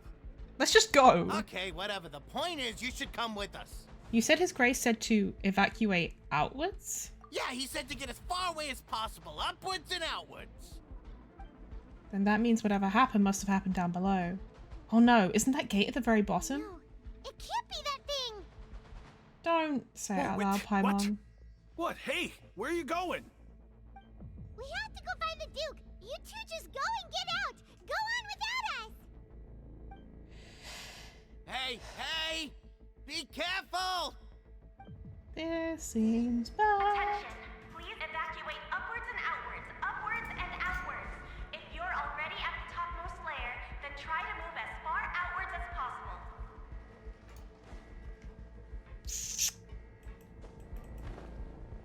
Attention! Please evacuate upwards and outwards, upwards and outwards. If you're already at the topmost layer, then try to move as far outwards as possible. Shugly, not now! Wait, oh, I can't go in? Oh wait, is the entrance around the other side? Please evacuate upwards and Where's the outwards, fucking door? upwards and outwards. If you're already at the topmost layer, then try to move as far outwards as possible. Which one is the door? Oh, this one.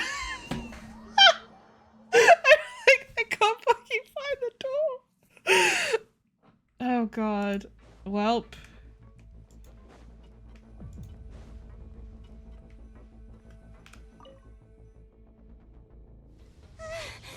Oh. They're here. Just like I said. What happened?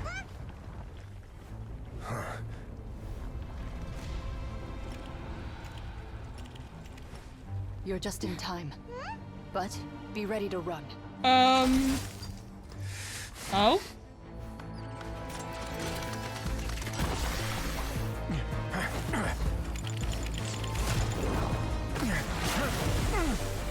Why are we still standing here? I don't think there's anything we can do about this.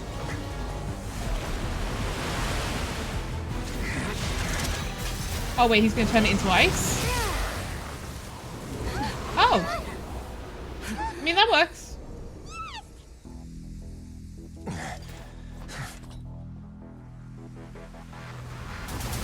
Oh dear. You're gonna dissolve, mate?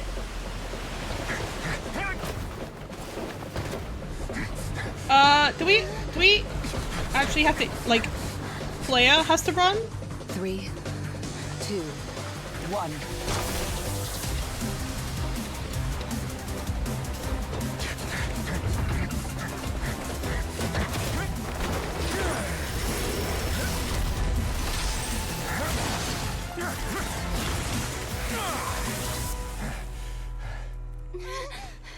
This won't hold it for long. Find Neuvillette. Tell him the defenses are about to collapse. Then what will happen to you? Until he arrives, we're the last line of defense.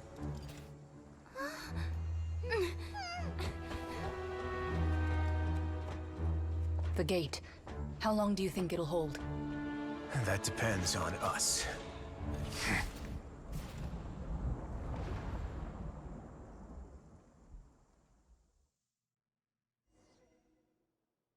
Well.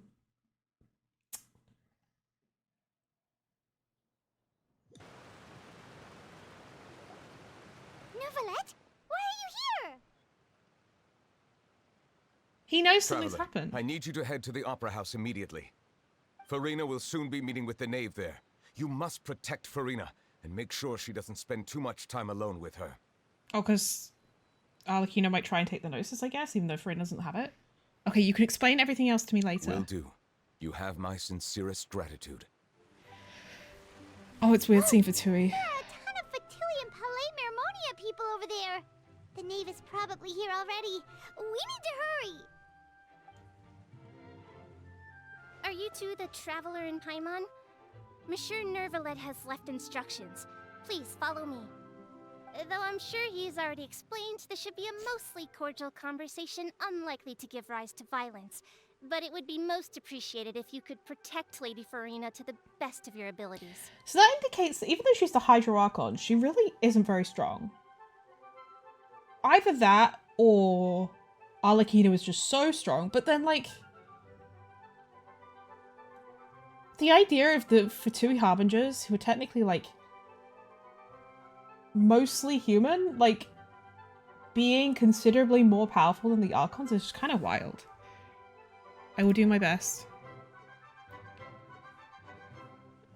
Bro, where is it? I really thought we were coming to the end of the thing. There's so much happening.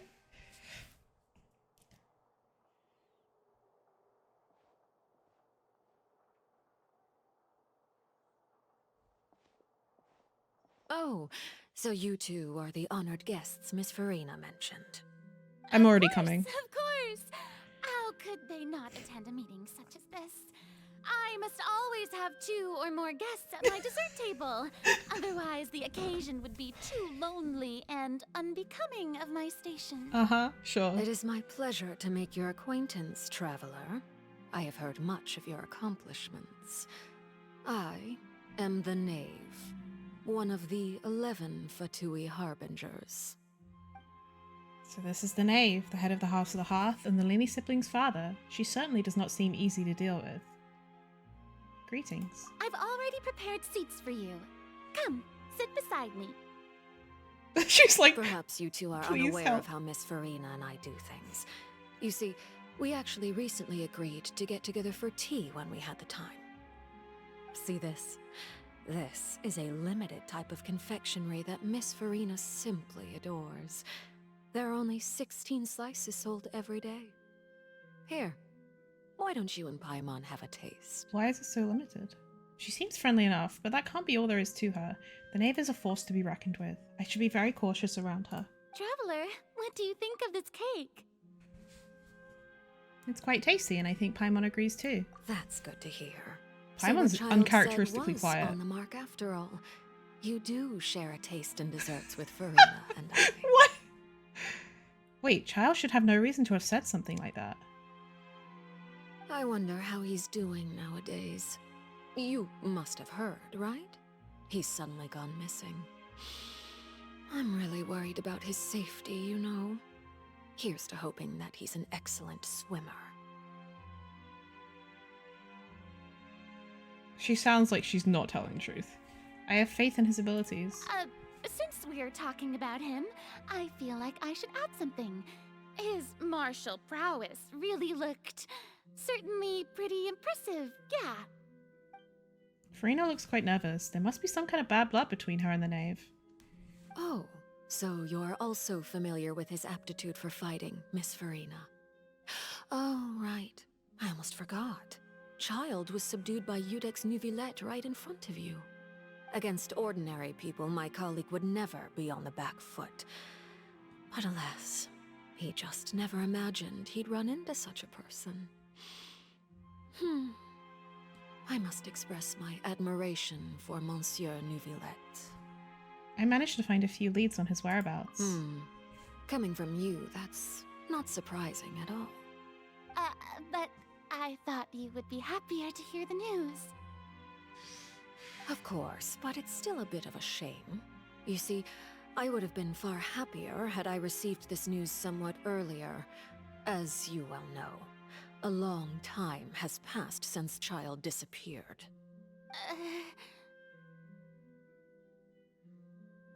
Awkward. Well, in any case, there's no need to worry. We know for sure that Child is still alive. Do we? Oh. And just how do you know that? Because we found evidence that proved he left the Fortress of Mirapede. And where did he go after leaving the fortress? Well... Oh no, Paimon's statement just left us wide open. The Fortress of Mirapede lies deep beneath the waves. Unless he pranced right out of the main gate, he must have had to swim for it. Do you have any proof that he surfaced safely? We do not. There was also no evidence that he's been injured or killed. Ah, that is good news at least.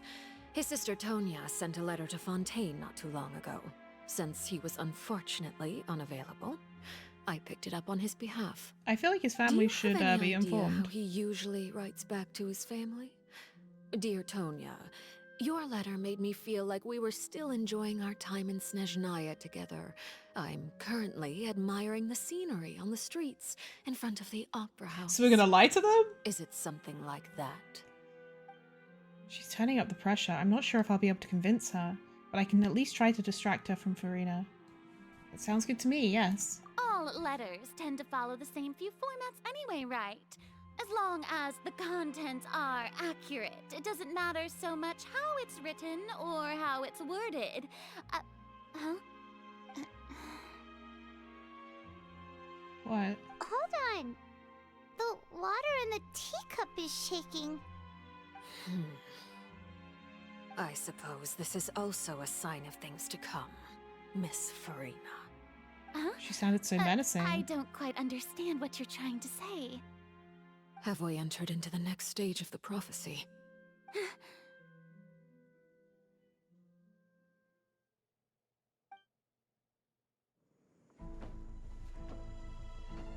Uh-oh.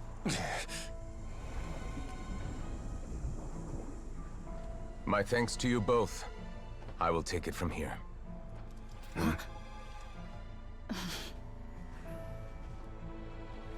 Sure you don't need a hand? Quite sure. Wow. So, what's your secret, huh? Let me guess. Nah, who knows? Maybe it's just your sense of responsibility. Sounds about right.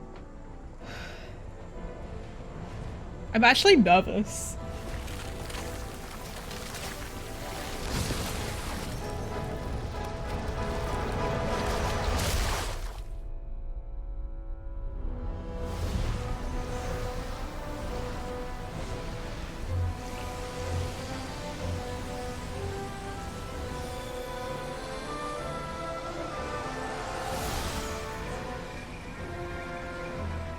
A day may come when the prophecy is fulfilled, and the waters burst forth.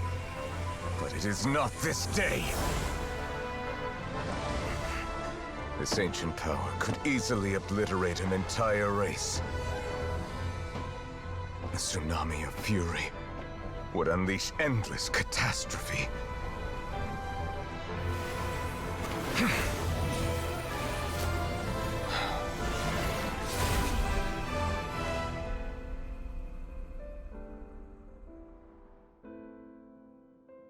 This sentence is too severe. Forgive me for overruling it. Interesting. That wording.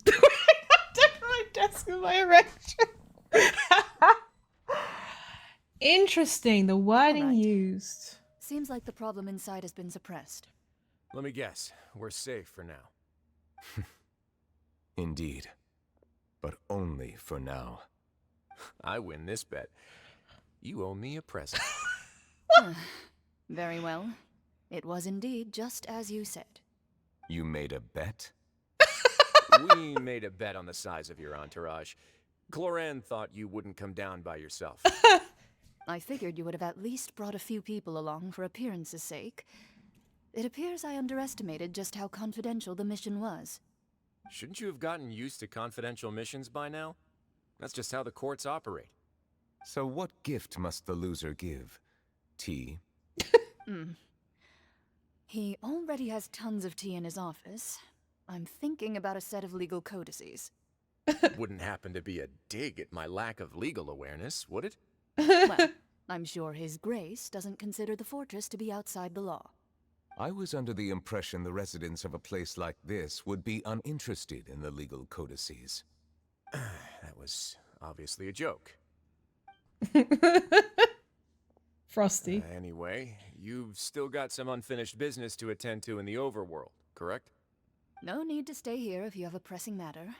We all know you can't leave Palais Mermonia for long. Thank you. I hope everything went smoothly with the Fatui Harbinger.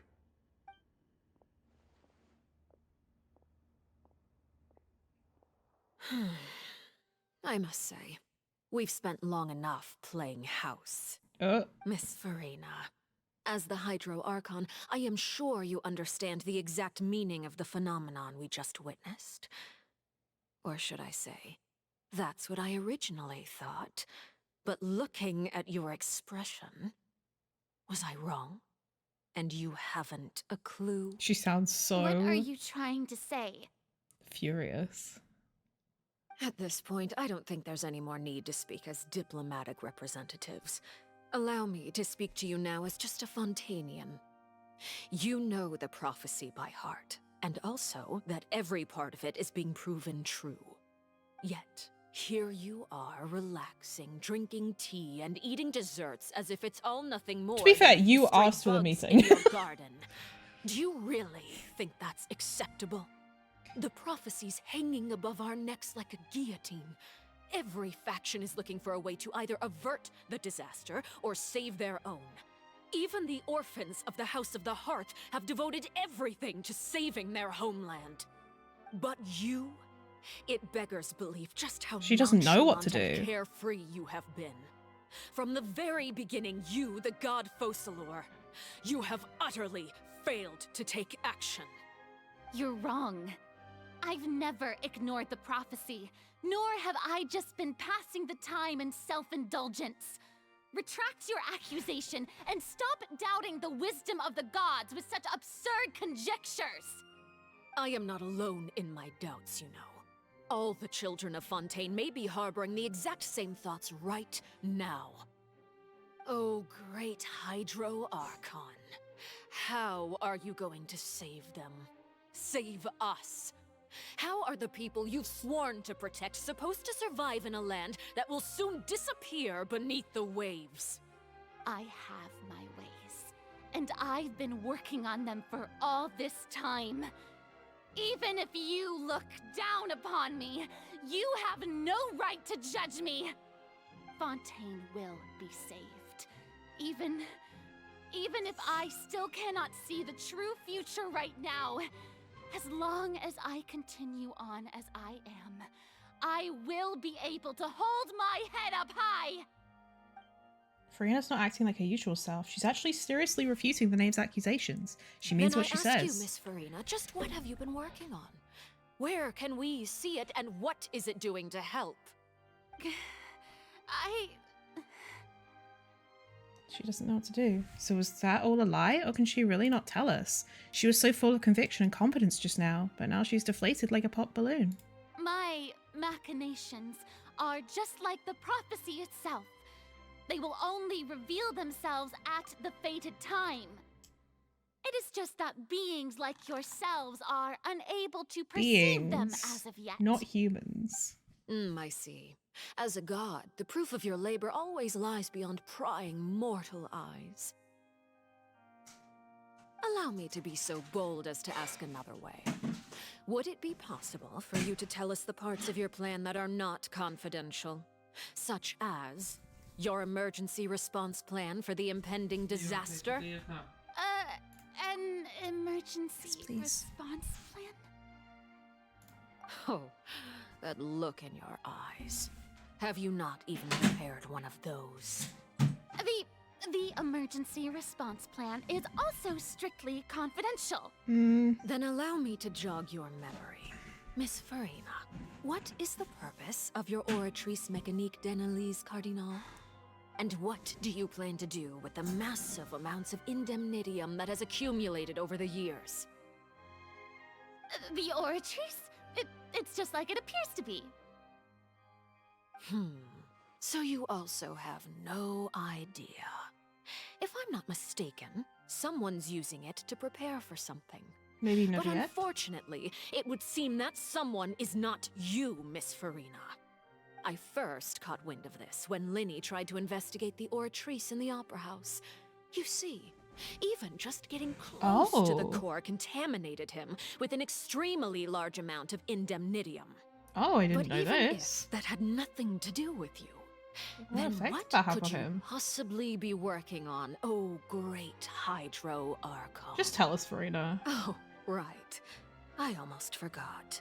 Udex Neuvillette is not at the tea party with us today. Miss Farina, I suppose you must have ordered him away to take care of some troublesome business. Yeah, yes, that's exactly right. Please keep it a secret for me. Of course I will. Although, I must say, Miss Farina, you seem quite insecure without the Udex by your side. Oh, very well. Let's stop that conversation here. There are still a few slices of cake left, so please, help yourselves, everyone. These aren't topics I can speak about. I don't even know what Neuvillette's task was. If I had to guess, he probably went down to deal with the surging primordial sea. But can he really deal with it all by himself? I mean, he's the Hydra Dragon, so he's probably fine. And is Farina being truthful or not? Traveler, I heard that you were recently commissioned to handle a few matters on behalf of the Udex. Why don't you take an extra slice of cake? Those who work hard deserve gratitude and praise. You too, Paimon. Thank you. Paimon will take you up on that offer. She's buttering us up. Knave sees to change the topic, bring up a number of less significant matters. Somber feelings gone. Oh, Paimon's super full. That cake was great. If it's on my tea table, it must be of the highest quality. Yes, and we must thank the knave for bringing these over as well. You're welcome. I'm sure the cake also felt greatly honored to be featured at Miss Why Farina's do I feel table. like the cake's sus? And I was merely catering to Miss Farina's tastes, seeking a chance to chat over tea. It is getting late. Why don't we call it a day? There are still a few matters that I need to take care of, so I must take my leave now. Very well. We'll end it here. Mind seeing me off, Traveler? We could use the opportunity to discuss Child before I must be on my way. I'll jerk you off. What? I didn't say anything. Of course. Paimon's coming too. I wonder what she's going to talk to us about. Presumably about Farina. The tea party turned out to be even more difficult than I'd imagined. Why are you looking at me like that? Is something the matter? If there's nothing urgent, then I shall be retiring for now. I'm glad that you were willing to come with me. Of course, Child was just an excuse.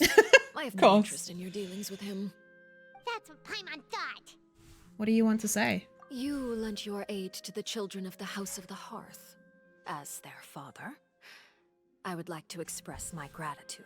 I didn't think that's what you wanted to talk about. Do I look like an irresponsible father to you? The House of the Hearth is very important to me. You should know that I care deeply about my children. I'll call you Mummy. What? Was there nothing else you wanted to say? That was all. Formal topics should be discussed in formal settings, and informal topics in informal settings. Fair enough. I know you just returned from the fortress of Meripede. Relax. I have no intention of trying to get anything out of you. Linny, Lynette, and Fremine are still there. and I trust their judgment and abilities. They've all been working very hard and have always done all they can to fight back against anyone who tried to stop them, especially Lenny. You mean Wriothesley. He's a tricky one to deal with. It's unfortunate that Lenny's so eager to prove himself that he can't learn to rely on others, including me. By the way, and you can just consider this a bit of idle gossip, but what's your impression of Furina? She's very insecure. You are outside of our disputes, and the freest person in all of Fontaine, able to move around most easily. Allow me to share my perspective with you. And that's everything that happened during the trial. Master Child was declared guilty and immediately transported to the Fortress of Meropide. Didn't he say he was coming here on vacation? Does he not feel an ounce of shame for all the trouble he has caused? She's pissed off at him. Forget it. He did give us an opportunity. I will be meeting someone shortly. Do you require help with any preparations? No need. I will take care of it myself. I need to meet with Furina, the Hydro Archon. She is at the heart of Fontaine. But what's fascinating about her is that she often seems more like a celebrity than a working Archon. Oh? Come over here, you little critter, you! That outfit is hot. I want that as a skin. You dare to run from me? Stop right this instant! My goal is just to discover the location of the Gnosis. But I didn't expect the chance to approach Furina to be handed to me on a silver platter.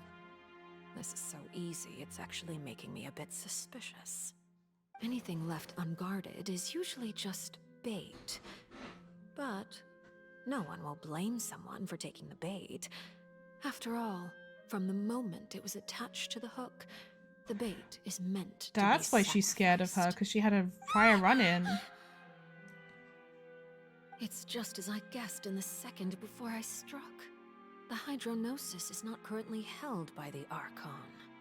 In fact, this Archon doesn't seem like a god at all. What? And I sense that she's under some kind of curse. Who are you? And what are you trying to do? Please don't kill me! I'm begging you, please! The fear in her pupils is genuine, so perhaps she's not bait after all. Either way, targeting her has lost all meaning. I left the scene with ease. Nobody came looking for me. She looks so Nobody scared. could serve as a witness to my near assassination of Focalor. I suspect even Furina dares not mention this incident to Yeah, anyone. she's embarrassed. Not long after, my informants confirmed what I had guessed. After returning to her quarters, Furina quietly cried alone. She was so scared that she could not sleep that night, nor could she even bring herself to eat her cake. There's no doubt that there's something wrong with her. I began to entertain the possibility that she is not the true Hydro Archon. Perhaps Udex Neuvillette is actually the genuine article. I have to find the Gnosis. If the Neuvillette hypothesis is correct, he is probably in possession of it. Alternatively, it might have been hidden in a place that's hard for ordinary people to access. In the arteries? Yes, Father. My dear children, please speak. News from the Fortress of Meropide. Master Child has gone missing. On top of that, the contacts and guards we bribed at the fortress have all gone quiet as well. Probably the handiwork of that Wriothesley. I'm afraid so. This is a good opportunity. The value of a Harbinger is much higher than most would imagine. We now have an excuse to exert diplomatic pressure on the Fontaine authorities. Set up a meeting for me. I would like to meet the Hydro Archon and Udex Neuvillette. Oh, and I have an additional mission for you three. Yes, Father. Tartaglia's disappearance was not a part of my plan, but I can use it to make a breakthrough. With this as my excuse, I can ask for an official audience and continue my investigation of Farina and Udex Neuvillette. The initiative belongs to the House of the Hearth. My wish to investigate the fortress of Meripede will be a front. Linny and his group will be responsible for the actual intelligence gathering.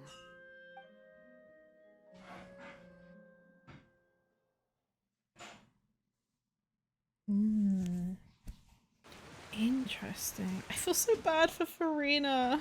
You should know I just the want to rest. protect. Linny's group is quite close to you, so they wouldn't have hidden anything from you.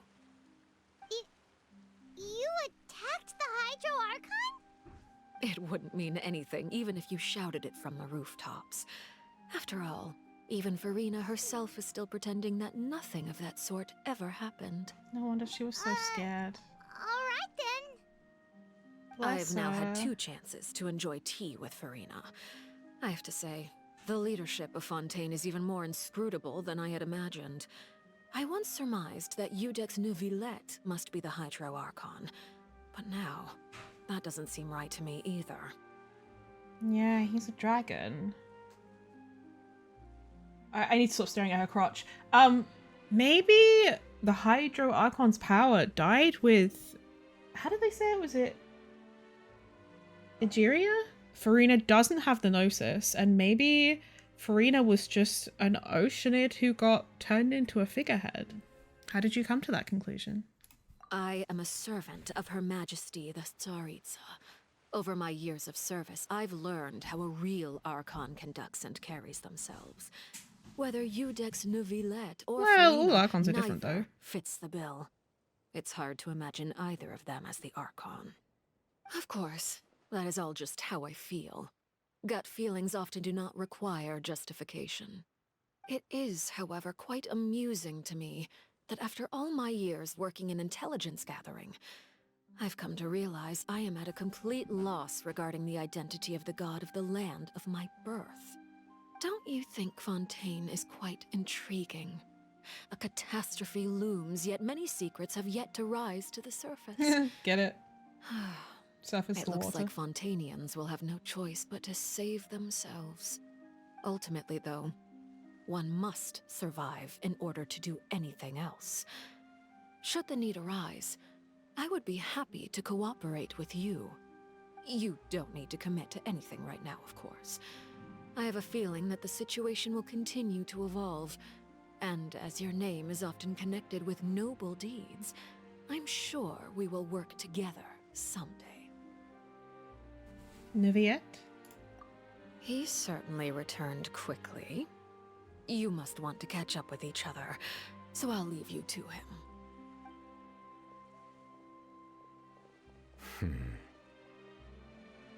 Neuvillette, is it over? For now, yes. But this issue will prove quite thorny in the long term. I'm concerned that sooner or later the prophesized events will occur. Thank you for protecting Farina. May we ask what happened down there? To put it simply, I used my power to force back the primordial sea and reseal the sluice gate. As for what happened on our side, you recount the happenings of the tea party to Neuvillette. So as expected, the knave has turned up the pressure on Farina. She's trying to feel her out, though I'm still unsure as to her motives. Can I ask you some questions? Are you the Hydro Sovereign? Permission granted. Does this mean you have some deeper connection with the Hydro Archon? Whoa. It can't be that you're the real Hydro Archon, right? But that's just a speculation on our part, though. You can't tell us? Then that's okay. We can talk about something else. We won't try to force you. You guys in Fontaine are super Paimon's like, haha, just kidding, unless. If by the phrase "you guys" you are referring to Farina and I, sounds so then strange although coming I'm up not as sure well. just what you are trying to imply, I must clarify that I do not share her positions on a multitude of topics. Did you manage to protect those that needed to be defended? I believe so. The fortress has a long and complex history. It has seen much grief and suffering. And now, another catastrophe will soon be upon us. I mourn this turn of events. Huh? Why is it raining all of a sudden? Because he's sad. Clear skies suddenly filled with dark clouds. The rain became heavier. Light rain soon became a downpour. And just moments before, Neviette had just mentioned his sense of grief. Thinking back to that legend and what Fremine said, it said that a dragon of water once resided in Fontaine. I'm pretty sure they said the Hydro Dragon, like the Hydro Sovereign, in the original quest. Every time it weeps, the skies will cloud up and pour out rain. Wait, Neviette, you can't be... You may be closer to the truth than you think. Oh? And what are you thinking? He's the yeah, we're calling him the Sovereign. He's the Dragon Sovereign of Water. The Dragon of... what? Please do not be so surprised. Farina? Neverlet, are you listening? Ah, my apologies. We were just guessing randomly. We didn't guess right, did we? You're not actually the Dragon Sovereign of Water, right? Well, if you don't want to confirm or deny... You guessed correctly. I sincerely hope you'll be able to keep this a secret for me. Right, of course. We'll definitely help you keep it a secret. There's still something Paimon wants to ask you, though. Please, go ahead. Well, if we have you lots of are the questions. Dragon Sovereign of Water, and you were able to force back the primordial sea from the fortress, then since Fontaine's prophecy is all about seawater, couldn't you just use your power to solve the crisis? None of the currently living dragon sovereigns in the world, myself included, possess our full dragonhood. They say that when the first usurper arrived on Tivat, they seized a part of the dragon's power. Primordial one? Today, that stolen power is the basis of the Archon's authorities. There are 7 elemental archons and 7 matching dragon sovereigns. The dragon sovereign of water who lived through that era perished a long time ago. Oh. As their successor, I know far Oh. less of that part of our I thought he ancient was... Okay, I thought he was the In original. any case, I believe I will not be able to do much unless the Archon disappears and returns their elemental authority to me. I see. Given the status quo, however, I would recommend finding another way to deal with the prophecy. Yeah, I feel like he wouldn't make Farina So do even that. you can't solve it. I still have some urgent matters to attend to at my office. If you have any more questions regarding ancient history, you are welcome to discuss them with me at a later time. Please go right ahead. There's a place that Paimon wants to go too. Traveler, why don't we pay another visit to the Fortress of Meripede? Paimon is a little worried. See you later, Neviette. We'll see you another time. I like how we're just very chill about him being the Hydro Sovereign. But interesting that he's like the successor. This quest I keep feeling like, oh, this quest is over, and it keeps going. Where the fuck did Farina go? She just wandered out here. And he was very, like, thrown off by her coming out. So unless she, like, never goes outside? But then she was outside when Arlecchino attacked her. You can tell he really cares about her, though. Even though he's, like, sick of her bullshit. Like, if he didn't care about her, he'd probably just try and take her power. I want to impregnate him! Sure. Yeah, but you can tell he really cares about her, though. Because, as I said, like, otherwise I think he would just take her power or convince her to give him her power or the power that she has. Any power, to be honest. He doesn't. And, like, he seemed quite concerned about her in that moment. I don't know if he was thinking about other things or whether it was just concern. You guys are back?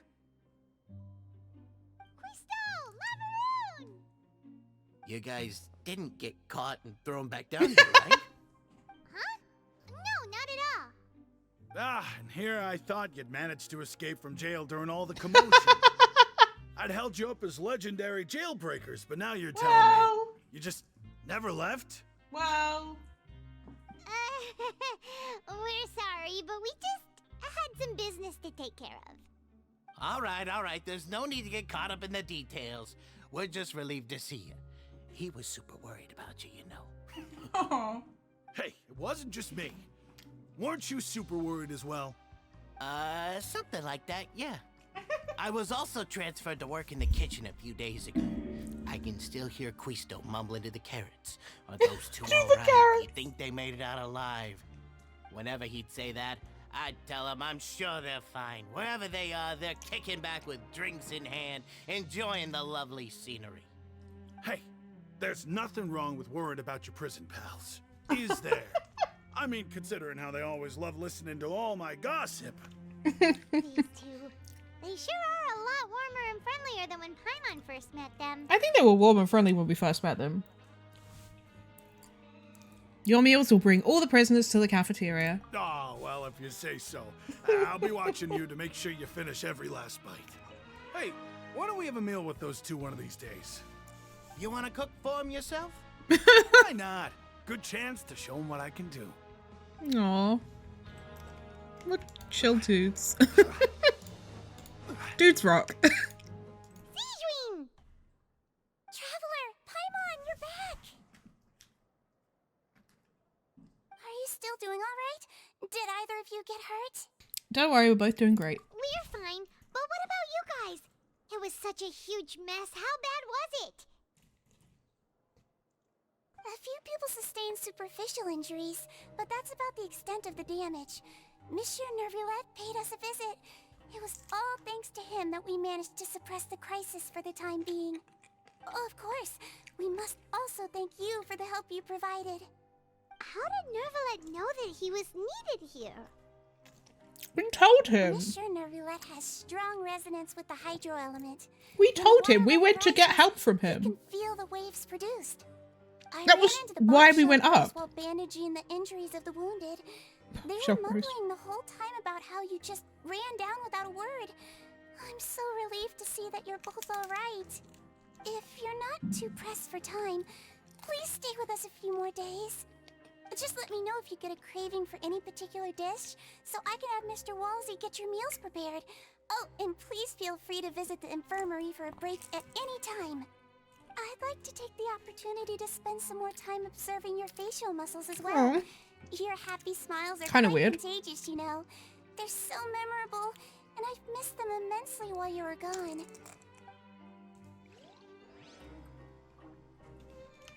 If you can find the time, please stay at the fortress for just a while longer. Courier, Miss Sijween told me you still haven't eaten.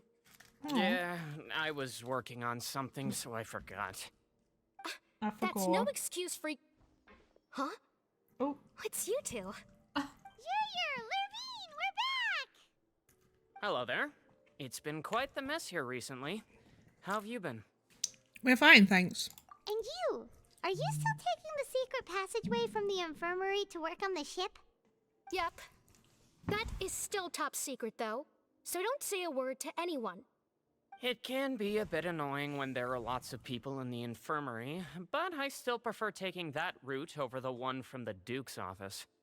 I mean, the infirmary does make it easier for you to slack off. Oh yeah? Then why are you also here so much? You two really are just using your jobs as a cover for your relationship, aren't you? Not at all! So funny for no reason. Courier, the rumors about us are literally everywhere now. Please do something about it. But it's not like I caused them by myself. All right. I'll try to do something about it when I can find the time. So are they? Are they fucking? What is that, like, greeny blue shit? I need to know. Now guess, what suit will this next card be? A bare-teeth cat? Well, look who it is. Traveler, Paimon. Hello, everyone.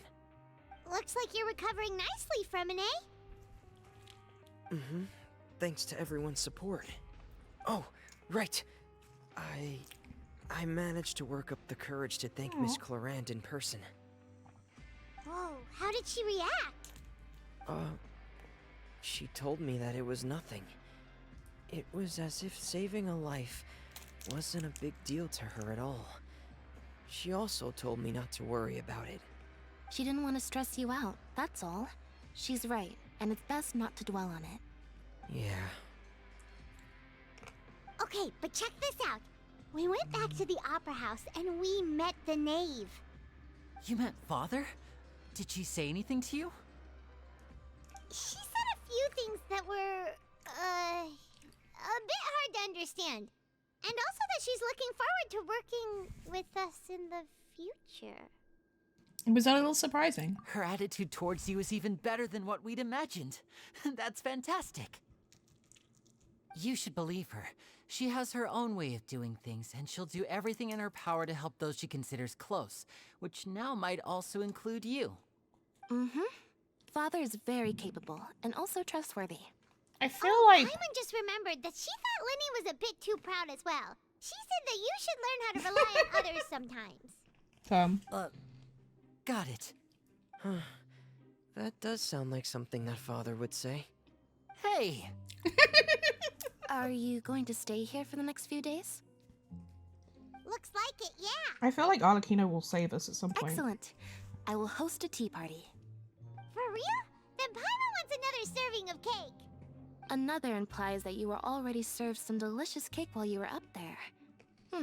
How lovely. Well, next time, you're going to have tea and snacks with us.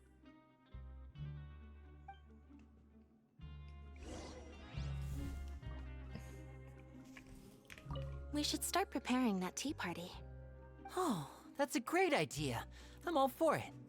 I'll help you set it up. Do my eyes deceive me, or did I just see two inmates come back after making it to the surface? Some strange winds blowing of late. We wanted to see how the fortress is doing. Is everything still alright? We're fine, for the most part. Neuvillette came down and took care of the worst of it. If that's the case, why don't you just ask him to stay here? Oh, yeah, what a brilliant plan. Let's go convince the Udex himself to exchange the Courts of Fontaine for a puddle of water in the middle of nowhere.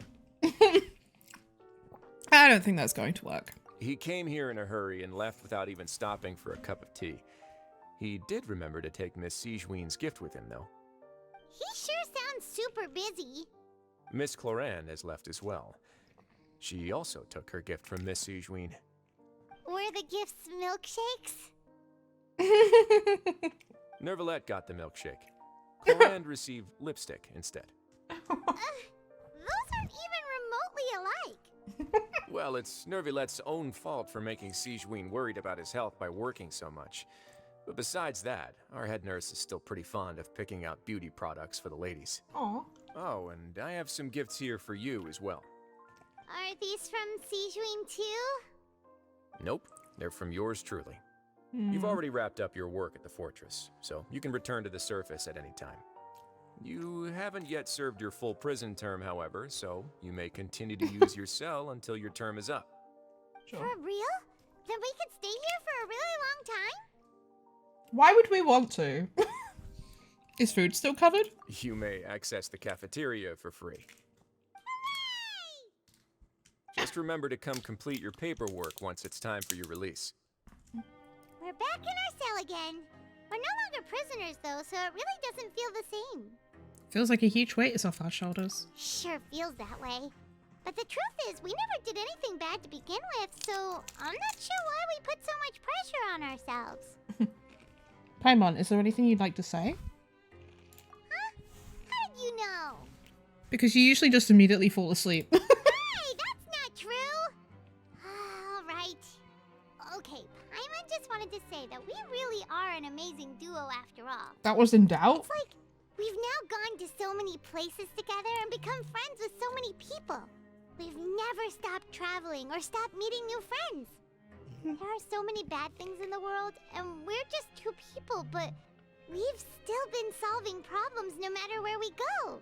Isn't that pretty cool? Aw, we're the best adventurers ever. You're counting Paimon today? Aren't you the only adventurer here? Hi, Bob.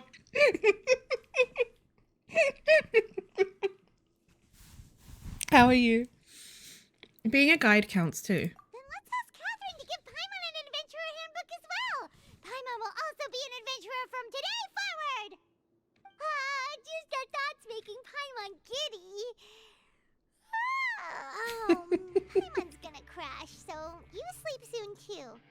The last time we fell asleep here, we woke up to a whole mess outside ourselves. Yeah. The primordial seawater nearly rose up. That was so scary. We should be safe now, right? We'll be fine, so don't worry, Paimon. Alright then. Good night to you, traveler. Good night to you, Paimon.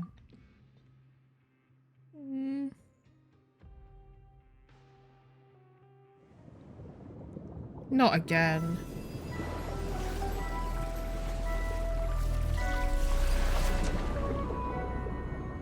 Oh.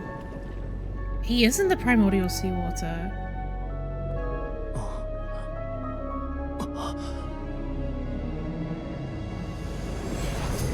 Oh, the whale!